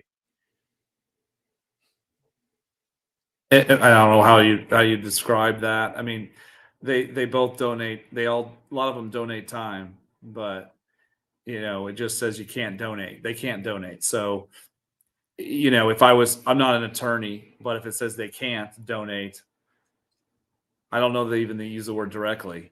So if they say they can't donate, I think that would include directly and indirectly. Let's put it this way. I don't think you're going to find a coach that's going to try to circumvent that because it's very clear they can't donate. So, it's interesting times, but yeah, they can't donate. Steve says, who's our next great linebacker? I hope it's Nick Jackson. I think the yes is high on yes. Jenkins as well. You got it. And then I think Shar is right behind him. Yeah. Kelly says, does the Swarm pay to fly kids in for visits? No, they're official visits. The football takes Iowa football or Iowa basketball or whatever. They pay for all that stuff. We don't get involved in that. T. Hink, one more, Corey. Would you go after a big fish or a mid-major guy at wide receiver? Well, I mean, a fit is important. I do think this time of in the game, if you're looking at trying to add a receiver late in the game here, you're probably going for a guy who's more proven. Although Caleb Brown's not necessarily proven, but boy, I think his resume speaks for itself. Where he has been developed the last year speaks for itself. So he's maybe the exception to the rule. I would not be going and targeting guys like, I hate to say guys like Seth Anderson, but guys who have not proven it at this level without spring in front of them. Like bringing a guy late who's not experienced at this level, who needs development, to me, that's not a great idea for a position that they need help at immediately. Remember, where did we get Charlie Jones? Was that Buffalo? Buffalo, yeah. And he came here as a walk-on, and great find by Copeland and that staff. For sure. You can argue he was severely underutilized. That's an argument you can make, but great find. And they've had good finds, walk-on guys. Nick Easley was a productive guy. Not a guy who's going to blow the top off the defense, but a productive guy. Vandenberg, some of those guys, McCarron. I mean, those guys were all helpful. Absolutely. Connor says, where's Bostic in the depth chart? Well, he's probably top 4 if he's healthy right now because they don't have enough guys. But he just hasn't been healthy since he's been on campus. I mean, we'll see what happens once he looked good at Kids Day last August. I remember. We'll see what happens once you get those freshmen fall camp. You hope you can get a plethora of healthy receivers competing. Yeah, I think that's where they're at. I think I know you're interested in another receiver, and I can understand that, but I think they're sort of thinking, okay, with Bostic, with Anderson, with Vines, with Reganey or Aghaini, whatever we're calling him now, with Brown, and they've got enough. The other thing too you got to remember is our top 2 receivers might be All and Lachey. I mean, those guys are really, really good. And they got 2 pretty good tight ends behind them, I think, as well. Yeah. So we get a couple of receivers that are productive, and that's 4 targets for Cade. That I think will be good. And the best thing about Brown is he can take the top off the defense. He's going to open it up for Lachey and All, and I think he's going to be a game changer for us. Offensive line is going to be the key, Brad. Right? I know, but we got options now, and we got options with experience. So, I let's put it this way: I don't see, when I talk to Kirk about it, he doesn't look terrified of the offensive line. He's actually pretty enthused. So I think he's very encouraged by what he's seeing. Thoughts on Jackson Filer? I think it's a deep, deep group, and I think he's going to struggle to see the field. But that doesn't mean he doesn't have potential, and I know they liked him enough to bring him in from Iowa Western, so we'll see on that. Eric wants to know any possibility of a Swarm cider for those of us who may not. Well, we're gonna try, Erica. We're gonna try the regular beer first, and see if it's a hit, and then move to like seltzers and ciders and everything, and whatever we can do that people will buy. I'm all about it. We need all the funding we can get. So if there are a bunch of enough cider lovers out there, then let's do it. Brandon wants to know what happens when you actually start getting paid for what you're doing. Brad, would you see yourself doing this as your sole line of income? No, I'm not gonna. Your main job, right? No, I'm spending a lot of time doing this, but my actuarial position is probably something I can't. I've got 110 employees. I don't think I can walk away from that, but. When I retire, if I'm still doing this, I have fun with this, and I love the relationships with the coaches and the kids, and so I'm enjoying it. But I don't foresee myself quitting my other job to do the job that I'm not getting paid. I refuse to get paid. I want all these. You guys giving $20? I want the $20 to go to the mission, paying these kids to do charity work. I don't want to take any of it. So. And Jesse wants to know, are you still glad you took on the initiative? I'm guessing you are. Depends on the day. But, yeah, I mean, the success we're having, like right now, makes it worth it, right? If we were striking out on everybody, and if we were, and the kids were all complaining about how much money this person's getting versus that person, and they don't think that they're getting the value, you can just see how that could just be annoying. We don't have that. These kids are very appreciative. The portal stuff has been fun, and we've been successful. So far, and I've got to meet a lot of really good people. People on the show, and it's fun to meet other Hawkeye fans. Matt wants to know if you're looking for unpaid volunteers. Yes, always. So right, there you go. So I'm assuming there's a way for them to reach out via the Swarm website, iowaswarm.com. Absolutely. Yeah, love to hear from them. Clint says, will you be able to have donation boxes outside of Kinnick on Saturdays after big wins and fans giddy after having a few Swarm beers? Great idea. I don't know about donation boxes. That might be a little tedious, but I asked about that, and I was told that it takes away from the game day experience. Oh, yeah. So, it takes away from the game day experience. So that won't be happening. However, we may be trying to put some QR codes on things, and if people use their iPhones effectively, they can go to make one-time donations or something. We've got to figure that out.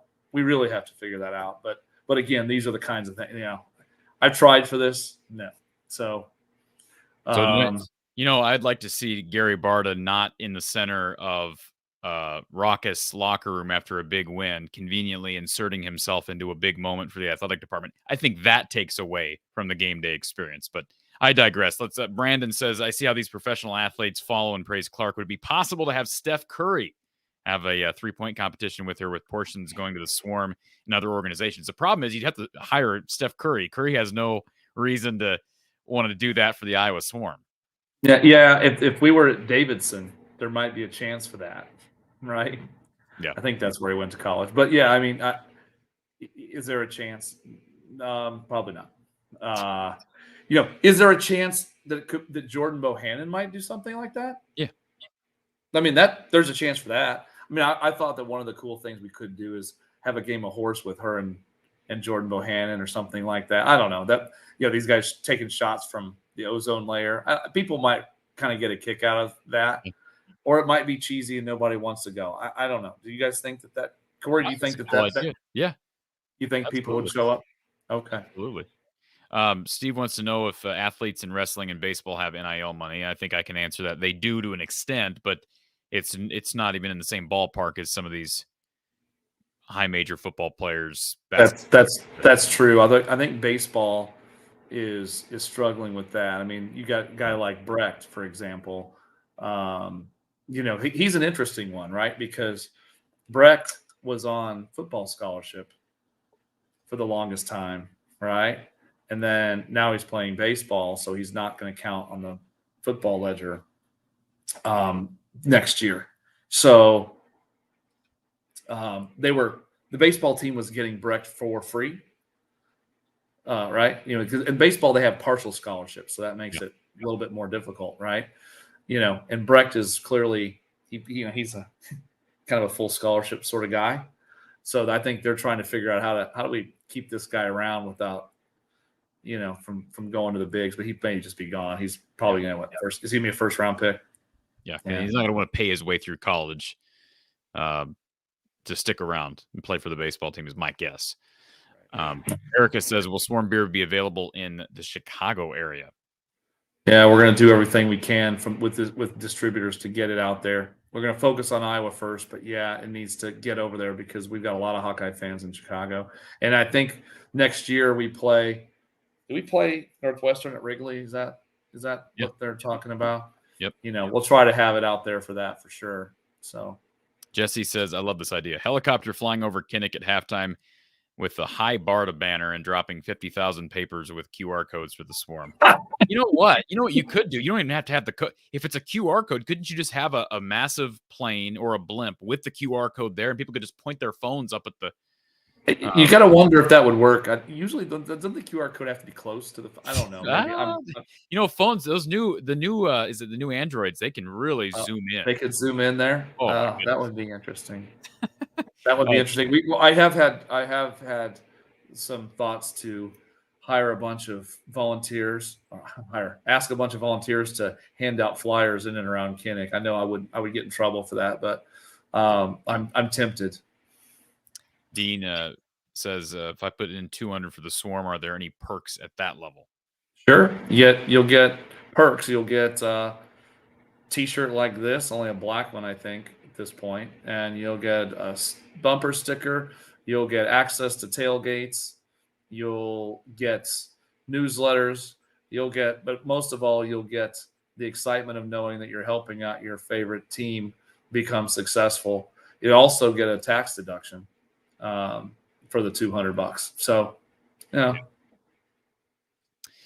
John says, where is the Swarm in the women's basketball program? Have we lost out on any transfer portal options? Anyone still on the radar? Well, we kind of talked about that earlier, but yeah. I mean, we lost out? When they don't call you back, have you lost out? You have to tell me. We just haven't had a lot of interest. We have had interest. We haven't had a lot of interest back, but I think that Lisa is still actively pursuing a couple of gals. So we'll see. Stay tuned. So the answer is we're still on. She's still on it. Brandon says, does the Swarm have a lot of fundraising events? Have a list taking ideas? Need volunteers to help raise that 1,800 Swarm count? Yeah, we have a lot of fundraising events. Always up for ideas, and sure, love to have volunteers. We do need to get that number up, and we need 10,000 or more in order to make this viable, I think. So we're not quite a year in, 10 months in, but we got a long ways to go. And I see the comments in the chat. People suggesting Jesse wants the QR code on the water tower before they tear it down. Wants koozies with the QR code. Carrie says put the QR code in the back of Swarm shirts. Hawkeye Howard says hand out flyers around the parking lot on game day. So we're looking to do that, and we have QR codes on the koozies. We handed out a few thousand koozies last year on game day, and that's a QR code on it. I don't think we got any new members. There's still a lot of people that don't know about us, and then there's also a lot of people who just, for whatever reason, don't feel like it's their thing. So, but I think most of the people, I haven't met many people that have joined the Swarm that regret it. Most of them are kind of like, I'm having fun with this. So that's good. Iowa State Fair is something to consider, Brad.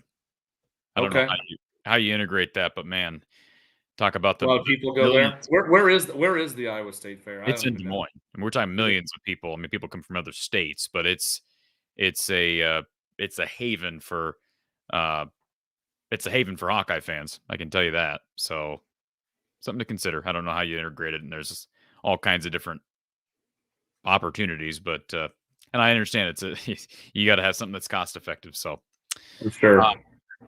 All right, let's see. Final question. Lansky wants to know, when are you coming back on the show? We'll have Brad back again if Brad's willing to come back on. I think we enjoy doing this every once in a while, and I think, especially given the circumstances with the Caleb Brown news, we are heading to the off season now. Perhaps we're not done with transfer portal news. However, it does feel like the cycle was maybe wrapped up. At least we can feel comfortable if they do swing and miss on a DB or another receiver. I think we're still looking at this portal cycle. I gave it an A-. It's still a successful portal cycle. And they've got some things to prove up front, and with depth issues, perhaps at wide receiver, DB, etc. But we just appreciate you being on here and giving your thoughts, not only as the Swarm leader, Brad, and appreciate your work being done there, but also just as a fan, because you're an alum and you love the Hawks, and you give them perspective. So we appreciate that. Thank you guys for having me. I always have a good time, and you know, I think we may have actually eclipsed the time that we were on last time. I think it was like 2.5 hours last time, and I think we might have beat it this time. Gosh, how that's possible, I don't know. Erica, Yeah.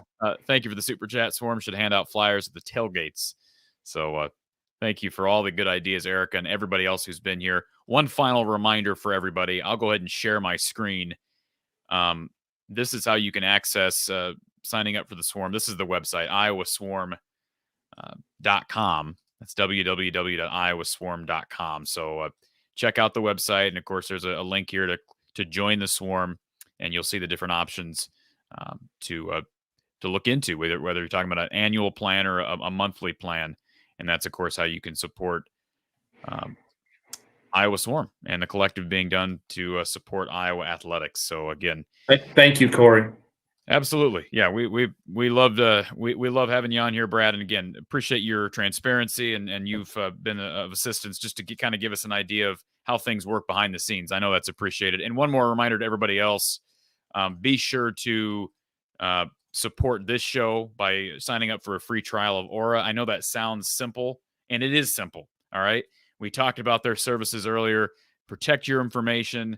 Don't allow the big brokers and the people who are making profit off your information to do that, to continue to do that. And you can just try it out for free. And as you try this product out for free, Aura will reward us as from the Hawkeye of the Storm. They are our sponsor. They're our partner. We appreciate them being here. And again, as you support them, they are supporting us. And so it's a way you support the show. So again, sign up for a free Aura trial. Let's fix the spelling of that here. There we go. Aura. AURA. That's www.aura.com/Hawkeyes. The link is in the description below. I'll also throw it up in the live chat right now for anybody. If it's a final hurrah for the show this evening, please consider clicking on the aura.com/Hawkeyes link and signing up for a free trial for a great product. And of course, join the Swarm today. Brad Heinrichs, the Iowa Swarm, and I'm Corey Brad here from the Hawkeye of the Storm. Brad, thank you so much. We'll have you on again, sir. Thank you. Have a good night.